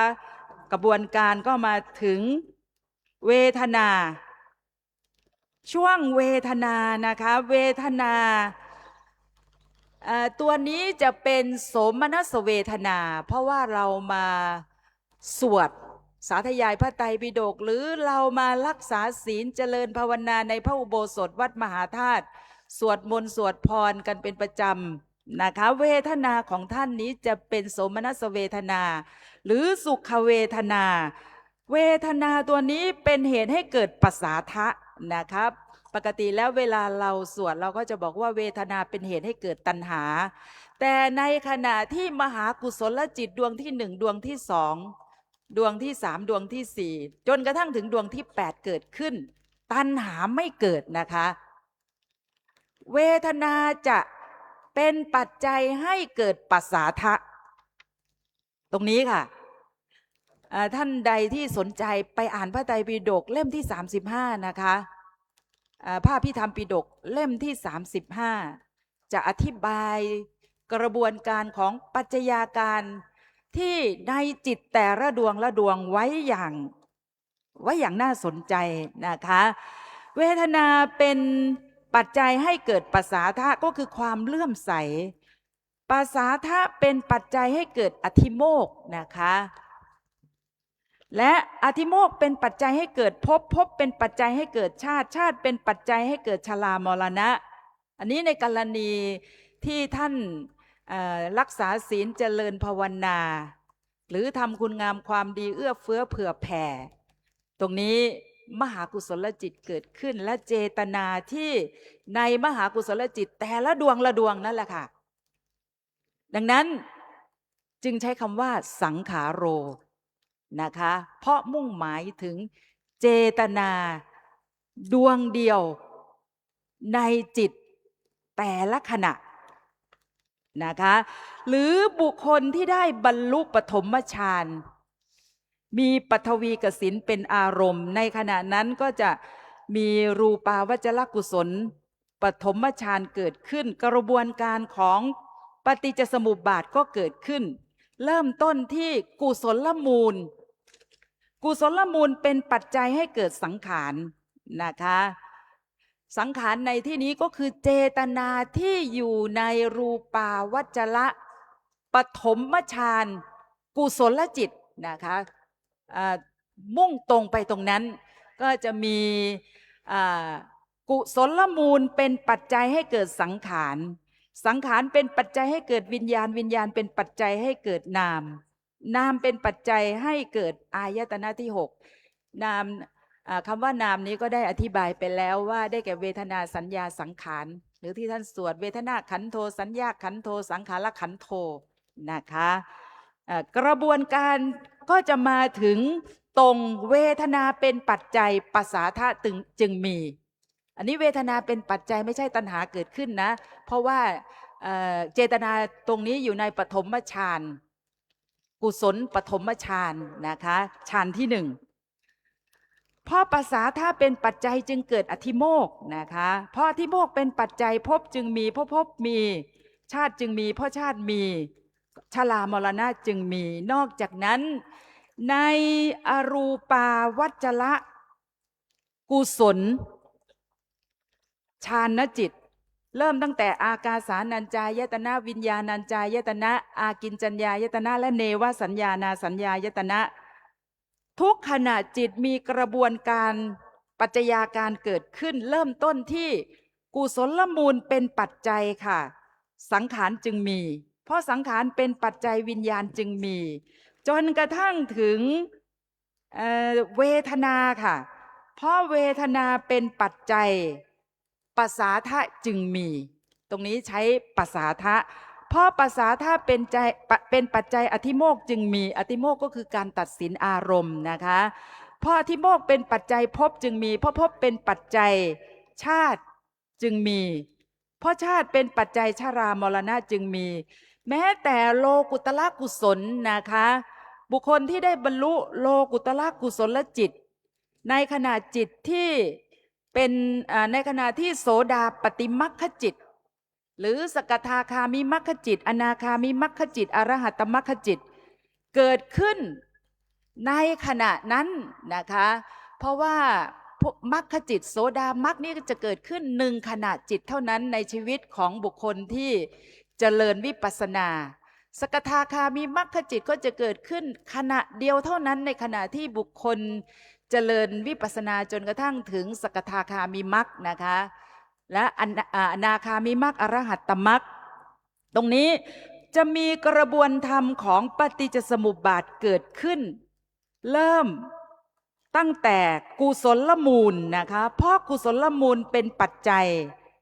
สังขารจึงมีสังขารในที่นี้ก็คือเจตนาเจตสิกที่อยู่ในโสดาปฏิมัคคจิตนี้ขณะจิตนะคะและสังขารในที่นี้ได้แก่เจตนาที่อยู่ในสกทาคามิมัคคจิตสังขารในที่นี้ได้แก่เจตนาที่อยู่ในอนาคามิมัคคจิตอรหัตตมัคคจิตนะคะก็มีกระบวนธรรมเกิดขึ้นตั้งแต่เพราะกุศลมูลเป็นปัจจัยสังขารจึงมีเพราะสังขารเป็นปัจจัยวิญญาณจึงมีเพราะวิญญาณเป็นปัจจัยนามจึงมีวิญญาณในที่นี้หมายถึงโสดาปฏิมัคคจิตสกทาคามิมัคคจิตอนาคามิมัคคจิตอรหัตตมัคคจิตนะคะแล้วแต่บุคคลนั้นบรรลุมรรคชั้นไหนนะคะนามในที่นี้หมายถึงเวทนาสัญญาสังขารอายตนะที่6ในที่นี้ก็คือใจแล้วเกิดผัสสะเกิดเวทนาเวทนาที่อยู่ในมรรคจิตก็จะมีทั้งโสมนัสเวทนาและอุเบกขาเวทนานะคะแล้วแต่ว่าบุคคลนั้นบรรลุด้วยเวทนาอะไรนะคะผัสสะเวทนาเมื่อเวทนาเกิดขึ้นก็จะเป็นปัจจัยให้ปัสสาทะก็คือศรัทธาเลื่อมใสนะคะจะเกิดขึ้นทำให้จิตผ่องใสเมื่อปัสสาทะเกิดขึ้นก็จะเกิดอธิโมกข์เมื่ออธิโมกข์เกิดขึ้นก็จะเกิดภพนะคะก็คือกุศลในขณะที่มรรคเกิดขึ้นมรรคเป็นกุศลนะคะส่วนผลก็คือโสดาปฏิผลสกทาคามิผลอนาคามิผลและอรหัตผลอันนี้ก็จะเป็นวิบากวิบากก็ยังมีกระบวนธรรมนะคะกระบวนธรรมของปฏิจจสมุปบาทเกิดขึ้นอีกในขณะที่โสดาปฏิผลจิตสกทาคามิผลจิตอนาคามิผลจิตอรหัตผลจิตเกิดขึ้นนะคะผลจิตไม่ว่าจะเป็นโสดาปฏิผลจิตก็จะเกิดขึ้น2 ขณะนะคะไม่เกิน3 ขณะเพราะมรรคจิตจะเกิดขึ้นแค่ขณะเดียวในชีวิตของบุคคลที่เจริญวิปัสสนาผลจิตก็จะเกิดต่อจากมรรคจิต2 ขณะและในผลจิตนั้นก็จะมีตัวเจตนาเกิดขึ้นด้วยนะคะตัวสังขารตัวนี้อันนี้ก็เป็นคำอธิบายในพระไตรปิฎกและในอัตถกถาสัมโมหวิโนทนีท่านใดที่สนใจไปศึกษาต่อนะคะแล้วก็จะเพิ่มเติมให้อีกหน่อยค่ะเวลาจักขุวิญญาณโสตวิญญาณคานวิญญาณชิวหาวิญญาณกายวิญญาณนะคะเกิดขึ้นเพราะว่าเวลาท่านมองมาที่ธรรมวิทยากรคนนี้หรือมองหลวงพ่อพระศรีสันเพชรนะคะกุศลจักขุวิญญาณเกิดนะคะกุศลจักขุวิญญาณเกิดจะมีกระบวนธรรมเกิดขึ้นทันทียกเว้นอวิชชาไม่มีค่ะเพราะว่าจิตเหล่านี้เป็นวิปากจิตจึงไม่มีอวิชชาเป็นตัวต้นเพราะมันเป็นผลมาแล้วเป็นผลของกุศลนั้นเราทำไว้ในอดีตชาติไม่รู้ชาติไหนแต่มาส่งผลให้เราได้เห็นดีได้ยินดีนะคะกระบวนธรรมเกิดขึ้นก็จะเริ่มตั้งแต่สังขาร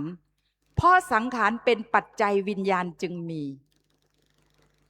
เพราะวิญญาณเป็นปัจจัยนามจึงมีเพราะนามเป็นปัจจัยอายตนะที่6จึงมีเพราะอายตนะที่6เป็นปัจจัยผัสสะจึงมีเพราะผัสสะเป็นปัจจัยเวทนาจึงมีเพราะเวทนาเป็นปัจจัยภพจึงมีเพ ราะพบเป็นปัจจัยชาติจึงมี เพราะชาติเป็นปัจจัยชรามรณะจึงมี ดังนั้นเวลาเรามากราบองค์พระศรีสันเพชรนะคะซึ่งกรมพระราชวังบวรมหาสุรสิงหนาถพระองค์ได้มีบัญชาให้พญาเทวรังสรรค์ซึ่งเป็นช่างวังหน้าได้ปั้นพระพุทธรูปพระศรีสันเพชรองค์นี้เกิดขึ้นนะคะเราได้เห็นก็เป็น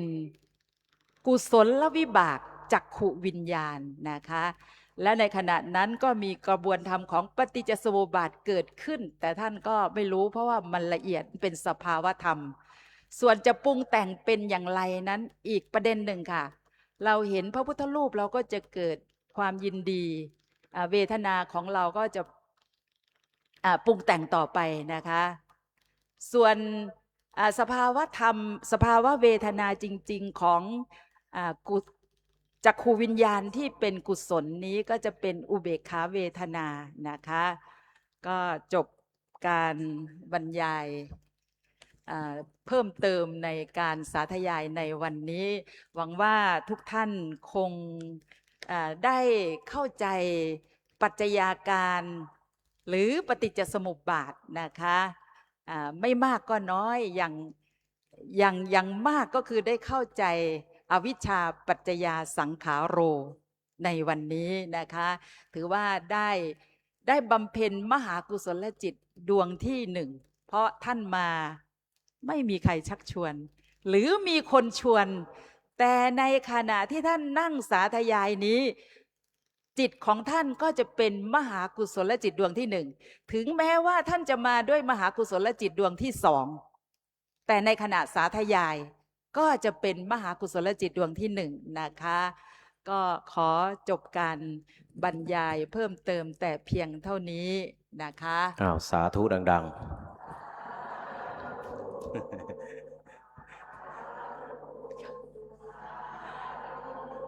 ไอ้ที่สาธุดังๆไม่ได้ไล่นะ คือเรื่องอภิธรรมเป็นเรื่องที่หาฟังยากโยมพอหาฟังยากแล้วเนี่ยก็เข้าใจยากนะแต่วันนี้อาตมาก็จำได้อยู่อันเดียวนะสังขารโร นะฉะนั้นโยมนะแนะนำถ้ามีเวลาว่างๆอย่านั่งไถโทรศัพท์เล่นๆไปเรียนอภิธรรมนะที่ตึกเราเนี่ยไปสมัครเลยพรุ่งนี้แล้วพรุ่งนี้เขาปิดวันพระโอ้ยนะ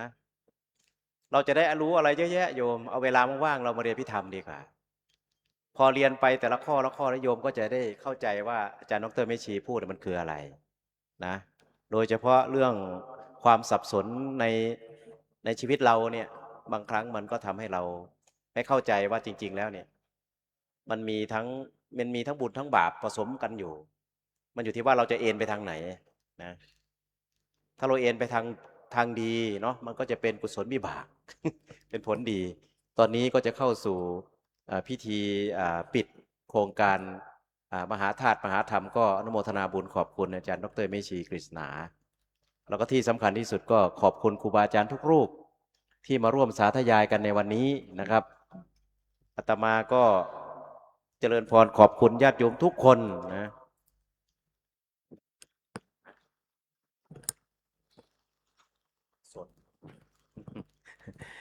ตอนนี้พระเดชพระคุณท่านเจ้าคุณอาจารย์พระพรหมวัชรวิมลมุนีท่านก็ได้เดินทางมาถึงที่มณฑลพิธีเพื่อที่จะมาประกอบพิธีปิดมหาธาตุมหาธรรมโยมจำคำนี้ไหมนะโยมนะมหาธาตุมหาธรรมนะคือวัดมหาธาตุเขาทำอะไรเล็กๆไม่ค่อยได้ก็เลยต้องเอามหานำหน้าถ้าไม่เข้าใจก็ให้ดูเสาโบสถ์ก่อนนะเสาใหญ่มากเลยนะนี่ก็เลยใช้มหาธาตุมหาธรรมคือมหาธาตุเนี่ยหมายถึงสำนักส่วนมหาธรรมเนี่ยก็คือเจตนาของรัชกาลรัชกาลที่5ที่อยากให้วัดมหาธาตุนี่เป็นศูนย์การศึกษาของคณะสงฆ์เพื่อประกาศธรรมของพระพุทธเจ้าก็เลยผนวกเข้าเป็นมหาธาตุมหาธรรมโยมมีอะไรจะมอบให้อาจารย์ดร.เมชีก็จัดการได้เลยนะอันนี้ก็เป็นเกิดอะไรขึ้น ทำลายคัมภีร์ผมไม่ได้นะเออต้องระวังนะครับของโบราณ300 กว่าปีแล้วนะท่านอืมกล่องแตกใช่ไหมใบลานไม่เป็นไรนะอืม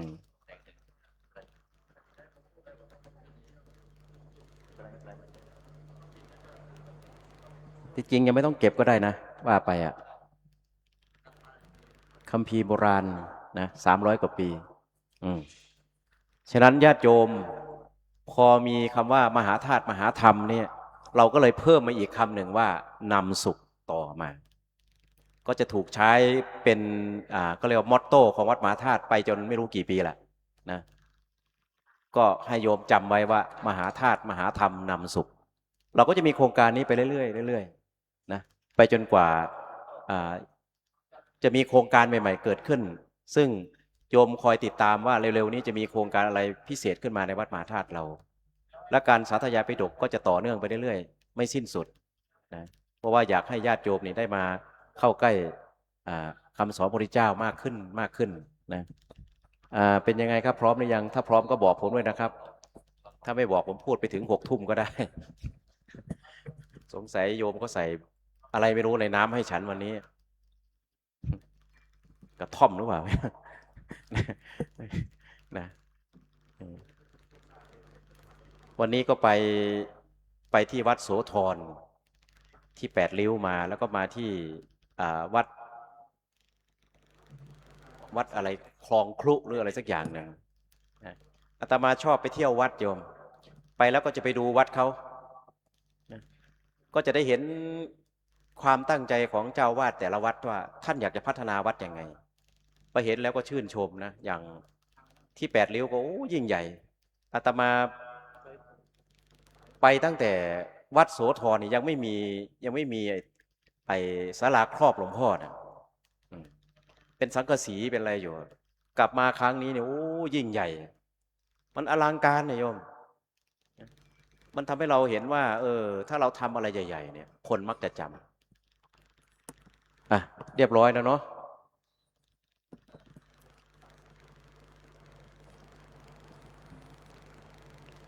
ตอนนี้ก็เห็นใจเจ้าหน้าที่โยม10 วันนะเหนื่อยทุกวันนะแต่ก็ไม่ผอมสักรูป ขออะไรมีแต่กาแฟเย็นเนี่ยทีหลังโยมกาแฟไม่เย็นก็ได้แล้วร้อนนั่งก็ได้นะโยมนะเพราะกาแฟเย็นน่ะมันน้ำตาลเยอะนะกราบพระรัตนาพระเดชพระคุณครับผม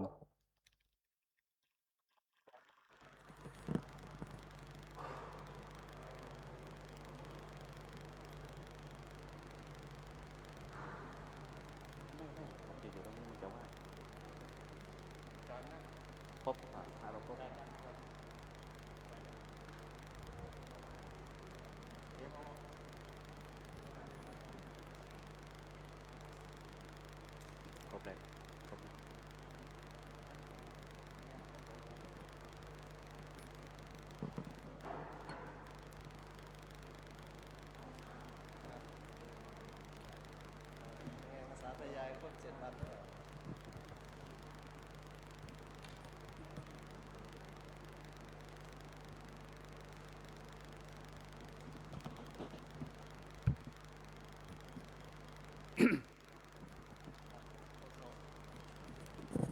ก็กราบพระรัตนาพระเดชพระคุณได้กล่าวปิดโครงการมหาธาตุมหาธรรมแล้วก็การสาธยายพระไตรปิฎกประจำปี 2568 ครับผมขอถวายความเคารพขอโอกาสพระเถรานุเถระเจ้าคณะพระสังฆาธิการ ผู้เป็นนักปราชญ์ผู้มีจิตเป็นมหากุศลในการเผยแผ่พุทธธรรมคำสั่งสอนของพุทธเจ้า ทุกๆรูปมีท่านเจ้าคุณพระเมธีวรยานคณบดีคณะพุทธศาสตร์รองเจ้าคณะภาค10เป็นต้นพร้อมกันนี้ก็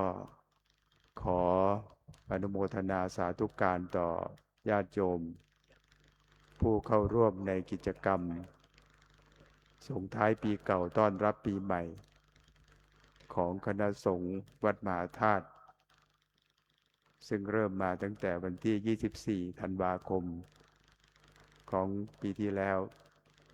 จนมาถึงวันนี้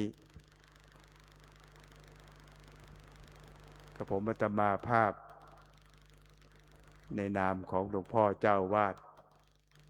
พระเดชพระคุณหลวงพ่อพระพรหมวชิราธิบดี ก็ต้องขอแสดงความยินดีกราบขอบพระคุณพระเถรานุเถระที่ได้เป็นกัลยาณมิตรนะในทุกๆโครงการในการจัดโครงการเขาดาวของวัดมหาธาตุในปีนี้ ซึ่งแต่ละรูปนั้นก็ได้สนองงานของสำนักด้วยความตั้งใจดีเป็นอย่างยิ่งในทุกภาคส่วนในนามของหลวงพ่อเจ้าวาดก็ขอกราบขอบพระคุณพระเถรานุเถระครูบาอาจารย์พระเจ้าหน้าที่ทุกแผนกที่ได้ร่วมด้วยช่วยกันให้วัดของเรานั้นได้มีกิจกรรมที่ดีงามเป็นประโยชน์โสติผลในการเผยแผ่พระพุทธศาสนาเชิญชวนญาติโยมให้มาปฏิบัติธรรมเพื่อความเป็นสิริมงคลในปี 2569 พร้อมกันนี้ก็ต้องขออนุโมทนาญาติโยมทุกท่านที่ได้มาร่วมในกิจกรรมส่งท้ายปีเก่าต้อนรับปีใหม่หรือเข้าดาวทุกรายการตั้งแต่ต้นจนถึงบัดนี้มากันเป็นจำนวนมากในวันที่มีการทำบุญตักบาตรเช้าวันที่1ที่ผ่านมาพระเดชพระคุณหลวงพ่อเจ้าวาดได้เห็นญาติโยมมาตักบาตรเป็นจำนวนมากหลวงพ่อก็ปราบปลื้มปิติยินดีเป็นอย่างยิ่งท่านได้ดูสีหน้าตาและการที่หลวงพ่อได้เจริญพรกับญาติโยมก็หลวงพ่อมีความปราบปลื้มปิติยินดีมีความสุขที่ได้เห็นญาติโยมมาทำบุญตักบาตรเห็นญาติโยมมาเข้าวัดกันเป็นจำนวนมากนะก็เรื่องของการจัดโครงการส่งท้ายปีเก่าต้อนรับปีใหม่มหาเถรสมาคมก็มีนโยบายให้วัดทุกวัดได้กิจกรรมจัดกิจกรรมสวดมนต์ข้ามปีนะทั่วประเทศแล้วก็ทั่วโลกนะโยมก็ดังที่เราท่านทั้งหลายก็ได้รู้ได้เห็นตามสื่อว่าวัดต่างๆได้มีการทำกิจกรรมให้ญาติโยมมาทำวัดสวดมนต์เพื่อความเป็นสิริมงคลส่งท้ายปีเก่าต้อนรับปีใหม่กันเป็นจำนวนมากอย่างที่เราทราบกันวัดมหาธาตุของเราก็ทำกันอย่างนี้มานานปีนี้ก็มีการจัดก็มีคนเป็นจำนวนมากอย่างที่เราท่านทั้งหลายได้ทราบกันแล้ว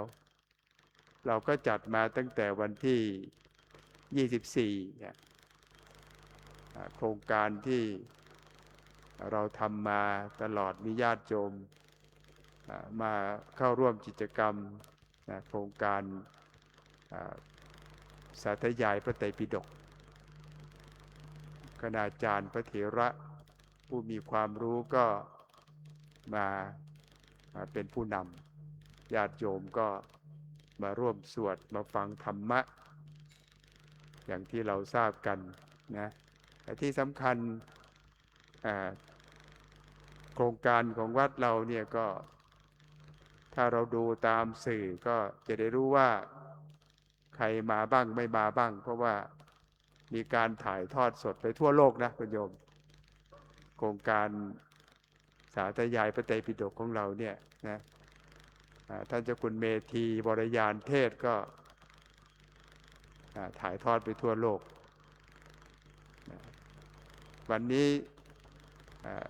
แม่ชีดร.กฤษณาท่านได้บรรยายอภิธรรมก็มี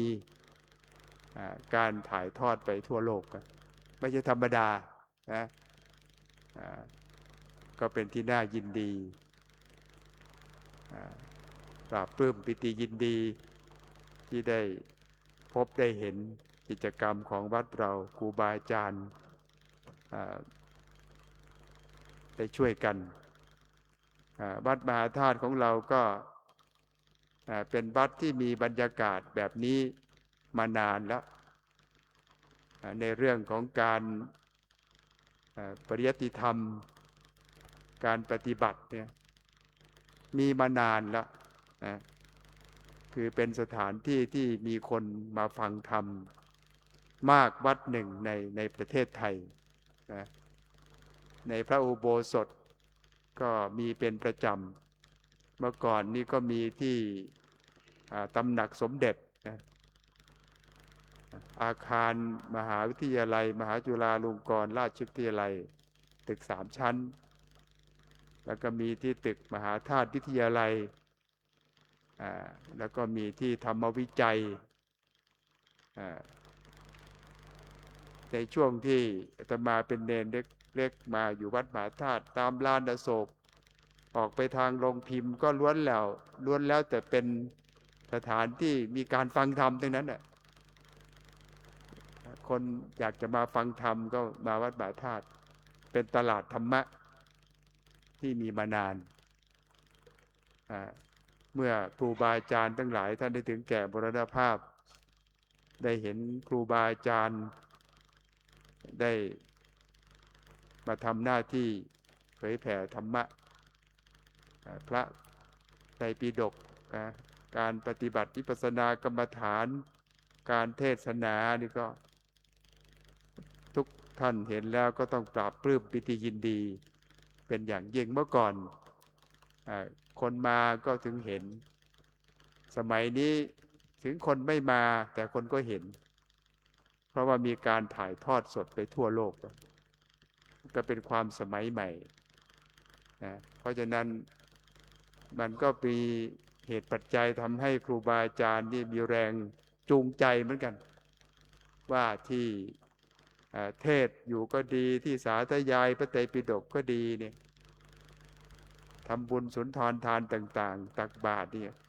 มีคนเห็นทั่วโลกอันนี้นะก็เรียกว่าเป็นกำลังใจ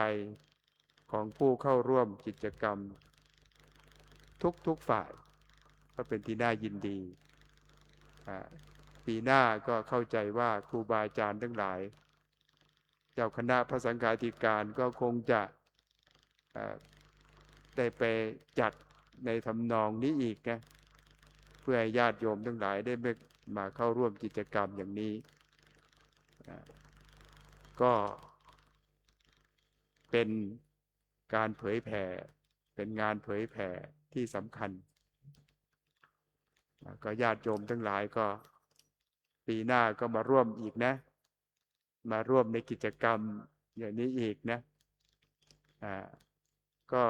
พูดไว้นิดหน่อยอาจารย์เจ้าคุณเมธีบอกว่าอย่าพูดมากนะว่าโยมเหนื่อยแล้วนะก็ปีนี้ก็มหาธาตุวิทยาลัยก็จะมีโครงการท่องจำพระไตรปิฎกฉลอง236 ปีแห่งการสังคายนาพระไตรปิฎกฉบับแรกในสมัยพระบาทสมเด็จพระพุทธยอดฟ้าจุฬาโลกที่วัดพระศรีสันเพชรคือวัดมหาธาตุของเราเนี่ยพูดง่ายๆว่าฉลองก็เลยต้อง มีกิจกรรมอันหนึ่งที่เรียกว่าท่องจำพระไตรปิฎกเป็นมุขปาฐะ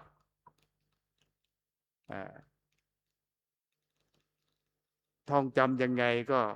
เดี๋ยวท่านอาจารย์พระมหาไพโรจน์ก็คงจะได้ชี้แจงให้ทราบในโอกาสต่อไปรวมทั้งเจ้าคุณเมธีวรยานด้วยท่านมีแผนอยู่แล้วคือว่าญาติพระภิกษุสามเณรเนี่ยสามารถที่จะลงทะเบียนเป็นนักศึกษาโครงการท่องจำพระไตรปิฎกภาษาอังกฤษเขาเรียกว่า register นะลงทะเบียนและการลงทะเบียนเนี่ยไม่สิ้นสภาพเป็นนักศึกษาพูดง่ายๆว่าเป็นนักศึกษาจนมรณภาพไม่มีวันหมดอายุแต่ว่าขึ้นทะเบียนไว้ว่าเป็นนิสิตมหาธาตุวิทยาลัยโครงการท่องจำพระไตรปิฎกฉลอง236 ปีแห่งการสังคายนาครั้งแรกในกรุงรัตนโกสินทร์รัชกาลที่1ทำโครงการนี้พระภิกษุสามเณรลงทะเบียนได้หมดทั่วประเทศทั่วโลกนะแล้วก็เราก็ทำอันนี้เพื่ออะไรก็เพื่อเป็นการเฉลิมฉลองในมหามงคลที่พระบาทสมเด็จพระเจ้าอยู่หัวทรงครองสิริราชสมบัติ10 ปีของรัชกาลที่10ในปีนี้เพราะฉะนั้นญาติโยมทั้งหลายโครงการนี้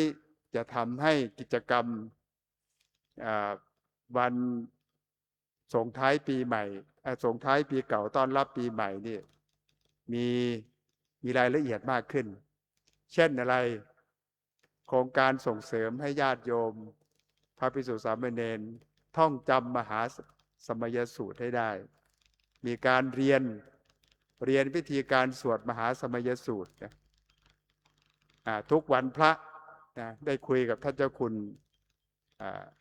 พระสรพานกวีแล้วเพราะว่าการสวดมหาสมยสูตรของวัดมหาธาตุมีเขาเรียกว่ามีเวอร์ชั่นที่เป็นที่ตั้งแห่งความเลื่อมใสต้องมีการซักซ้อมถ้าไม่มีการซักซ้อมนี่สวดไม่ได้นะมันไม่เหมือนกับพระสูตรอื่นเราจะได้ถือโอกาสสนทนากับเทพยดาทั้งหลายในมหาสมยสูตรก็ต้องมีการสวดให้ถูกท่วงทำนองที่โบราณอาจารย์วัดมหาธาตุได้กำหนดเอาไว้ต้องมีการซ้อมกันทั้งปีหน้าก็การสวดมหาสมยสูตรคงจะดีกว่าปีนี้ก็ตั้งใจไว้อย่างนั้นและอีกอย่างหนึ่งก็เฉพาะพระอภิธรรมเนี่ยก็คุยกับท่านอาจารย์มหาไพโรจน์ว่าเราจะมีการเข้าชั้นอภิธรรมตั้งแต่วันที่20จนถึงวันที่31ให้โจทย์อาจารย์มหาไพโรจน์ในฐานะที่เป็นผู้ชำนาญการในเรื่องนี้ว่าภายใน10 วันนี้นะต้องทำให้ผู้เรียนเนี่ยสามารถที่จะเรียนรู้พระอภิธรรมได้ให้ได้ 100% เนี่ยยิ่งดี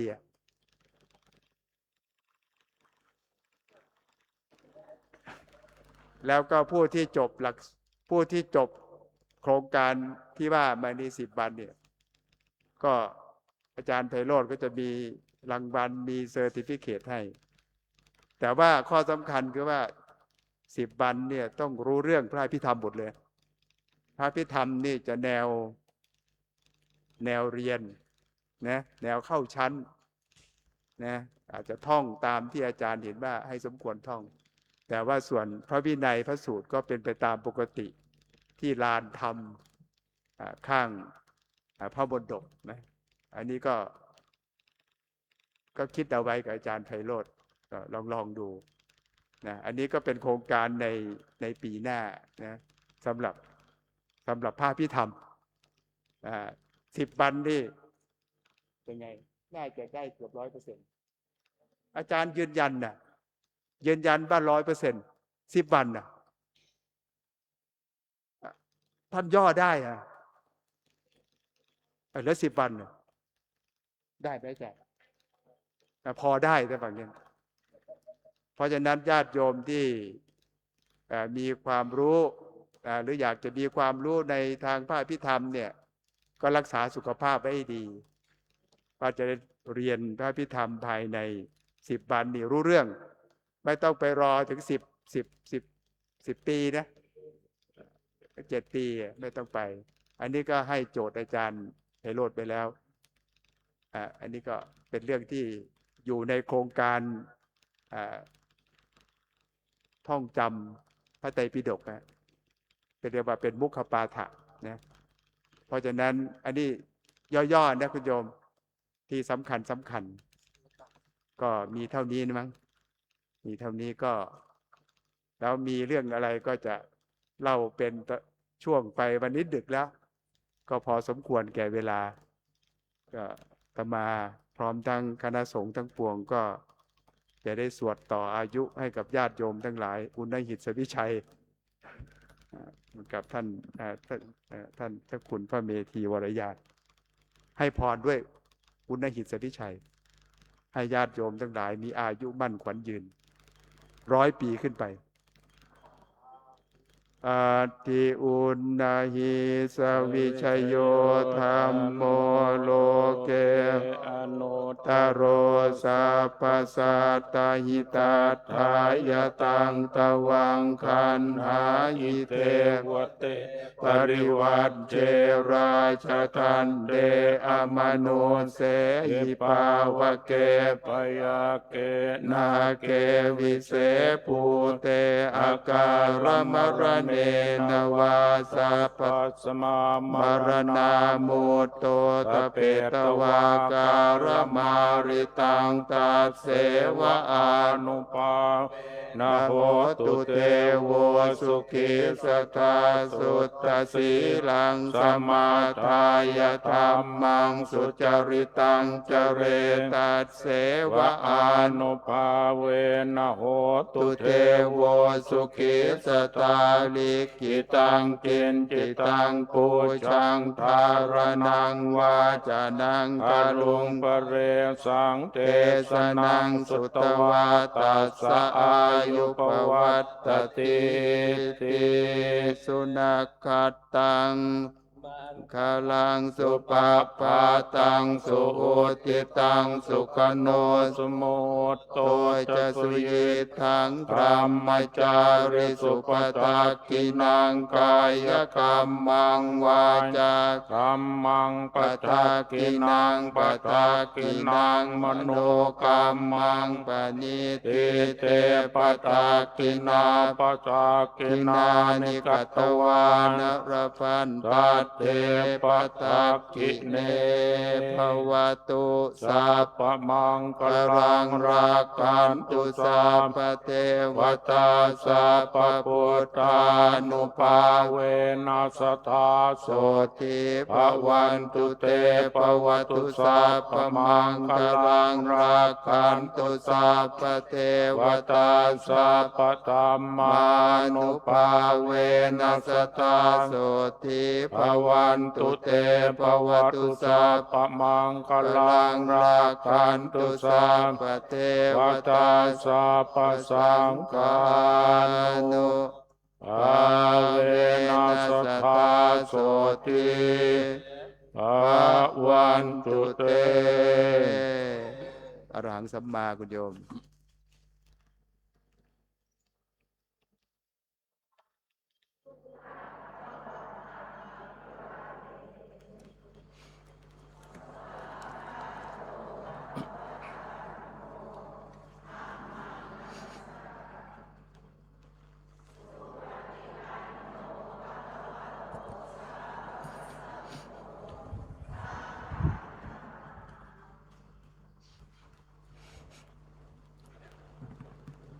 ขออนุญาตอาจารย์เจ้าคุณ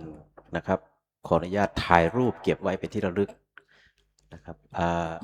อาจารย์ที่อยู่บนอาสงฆ์ทุกรูปยืนข้างหลังนะครับแล้วก็ญาติโยมที่อยู่ข้างหน้านี้ก็ นั่งบริเวณนี้เลยนะ นั่งต่อกันเป็นแถวยาวให้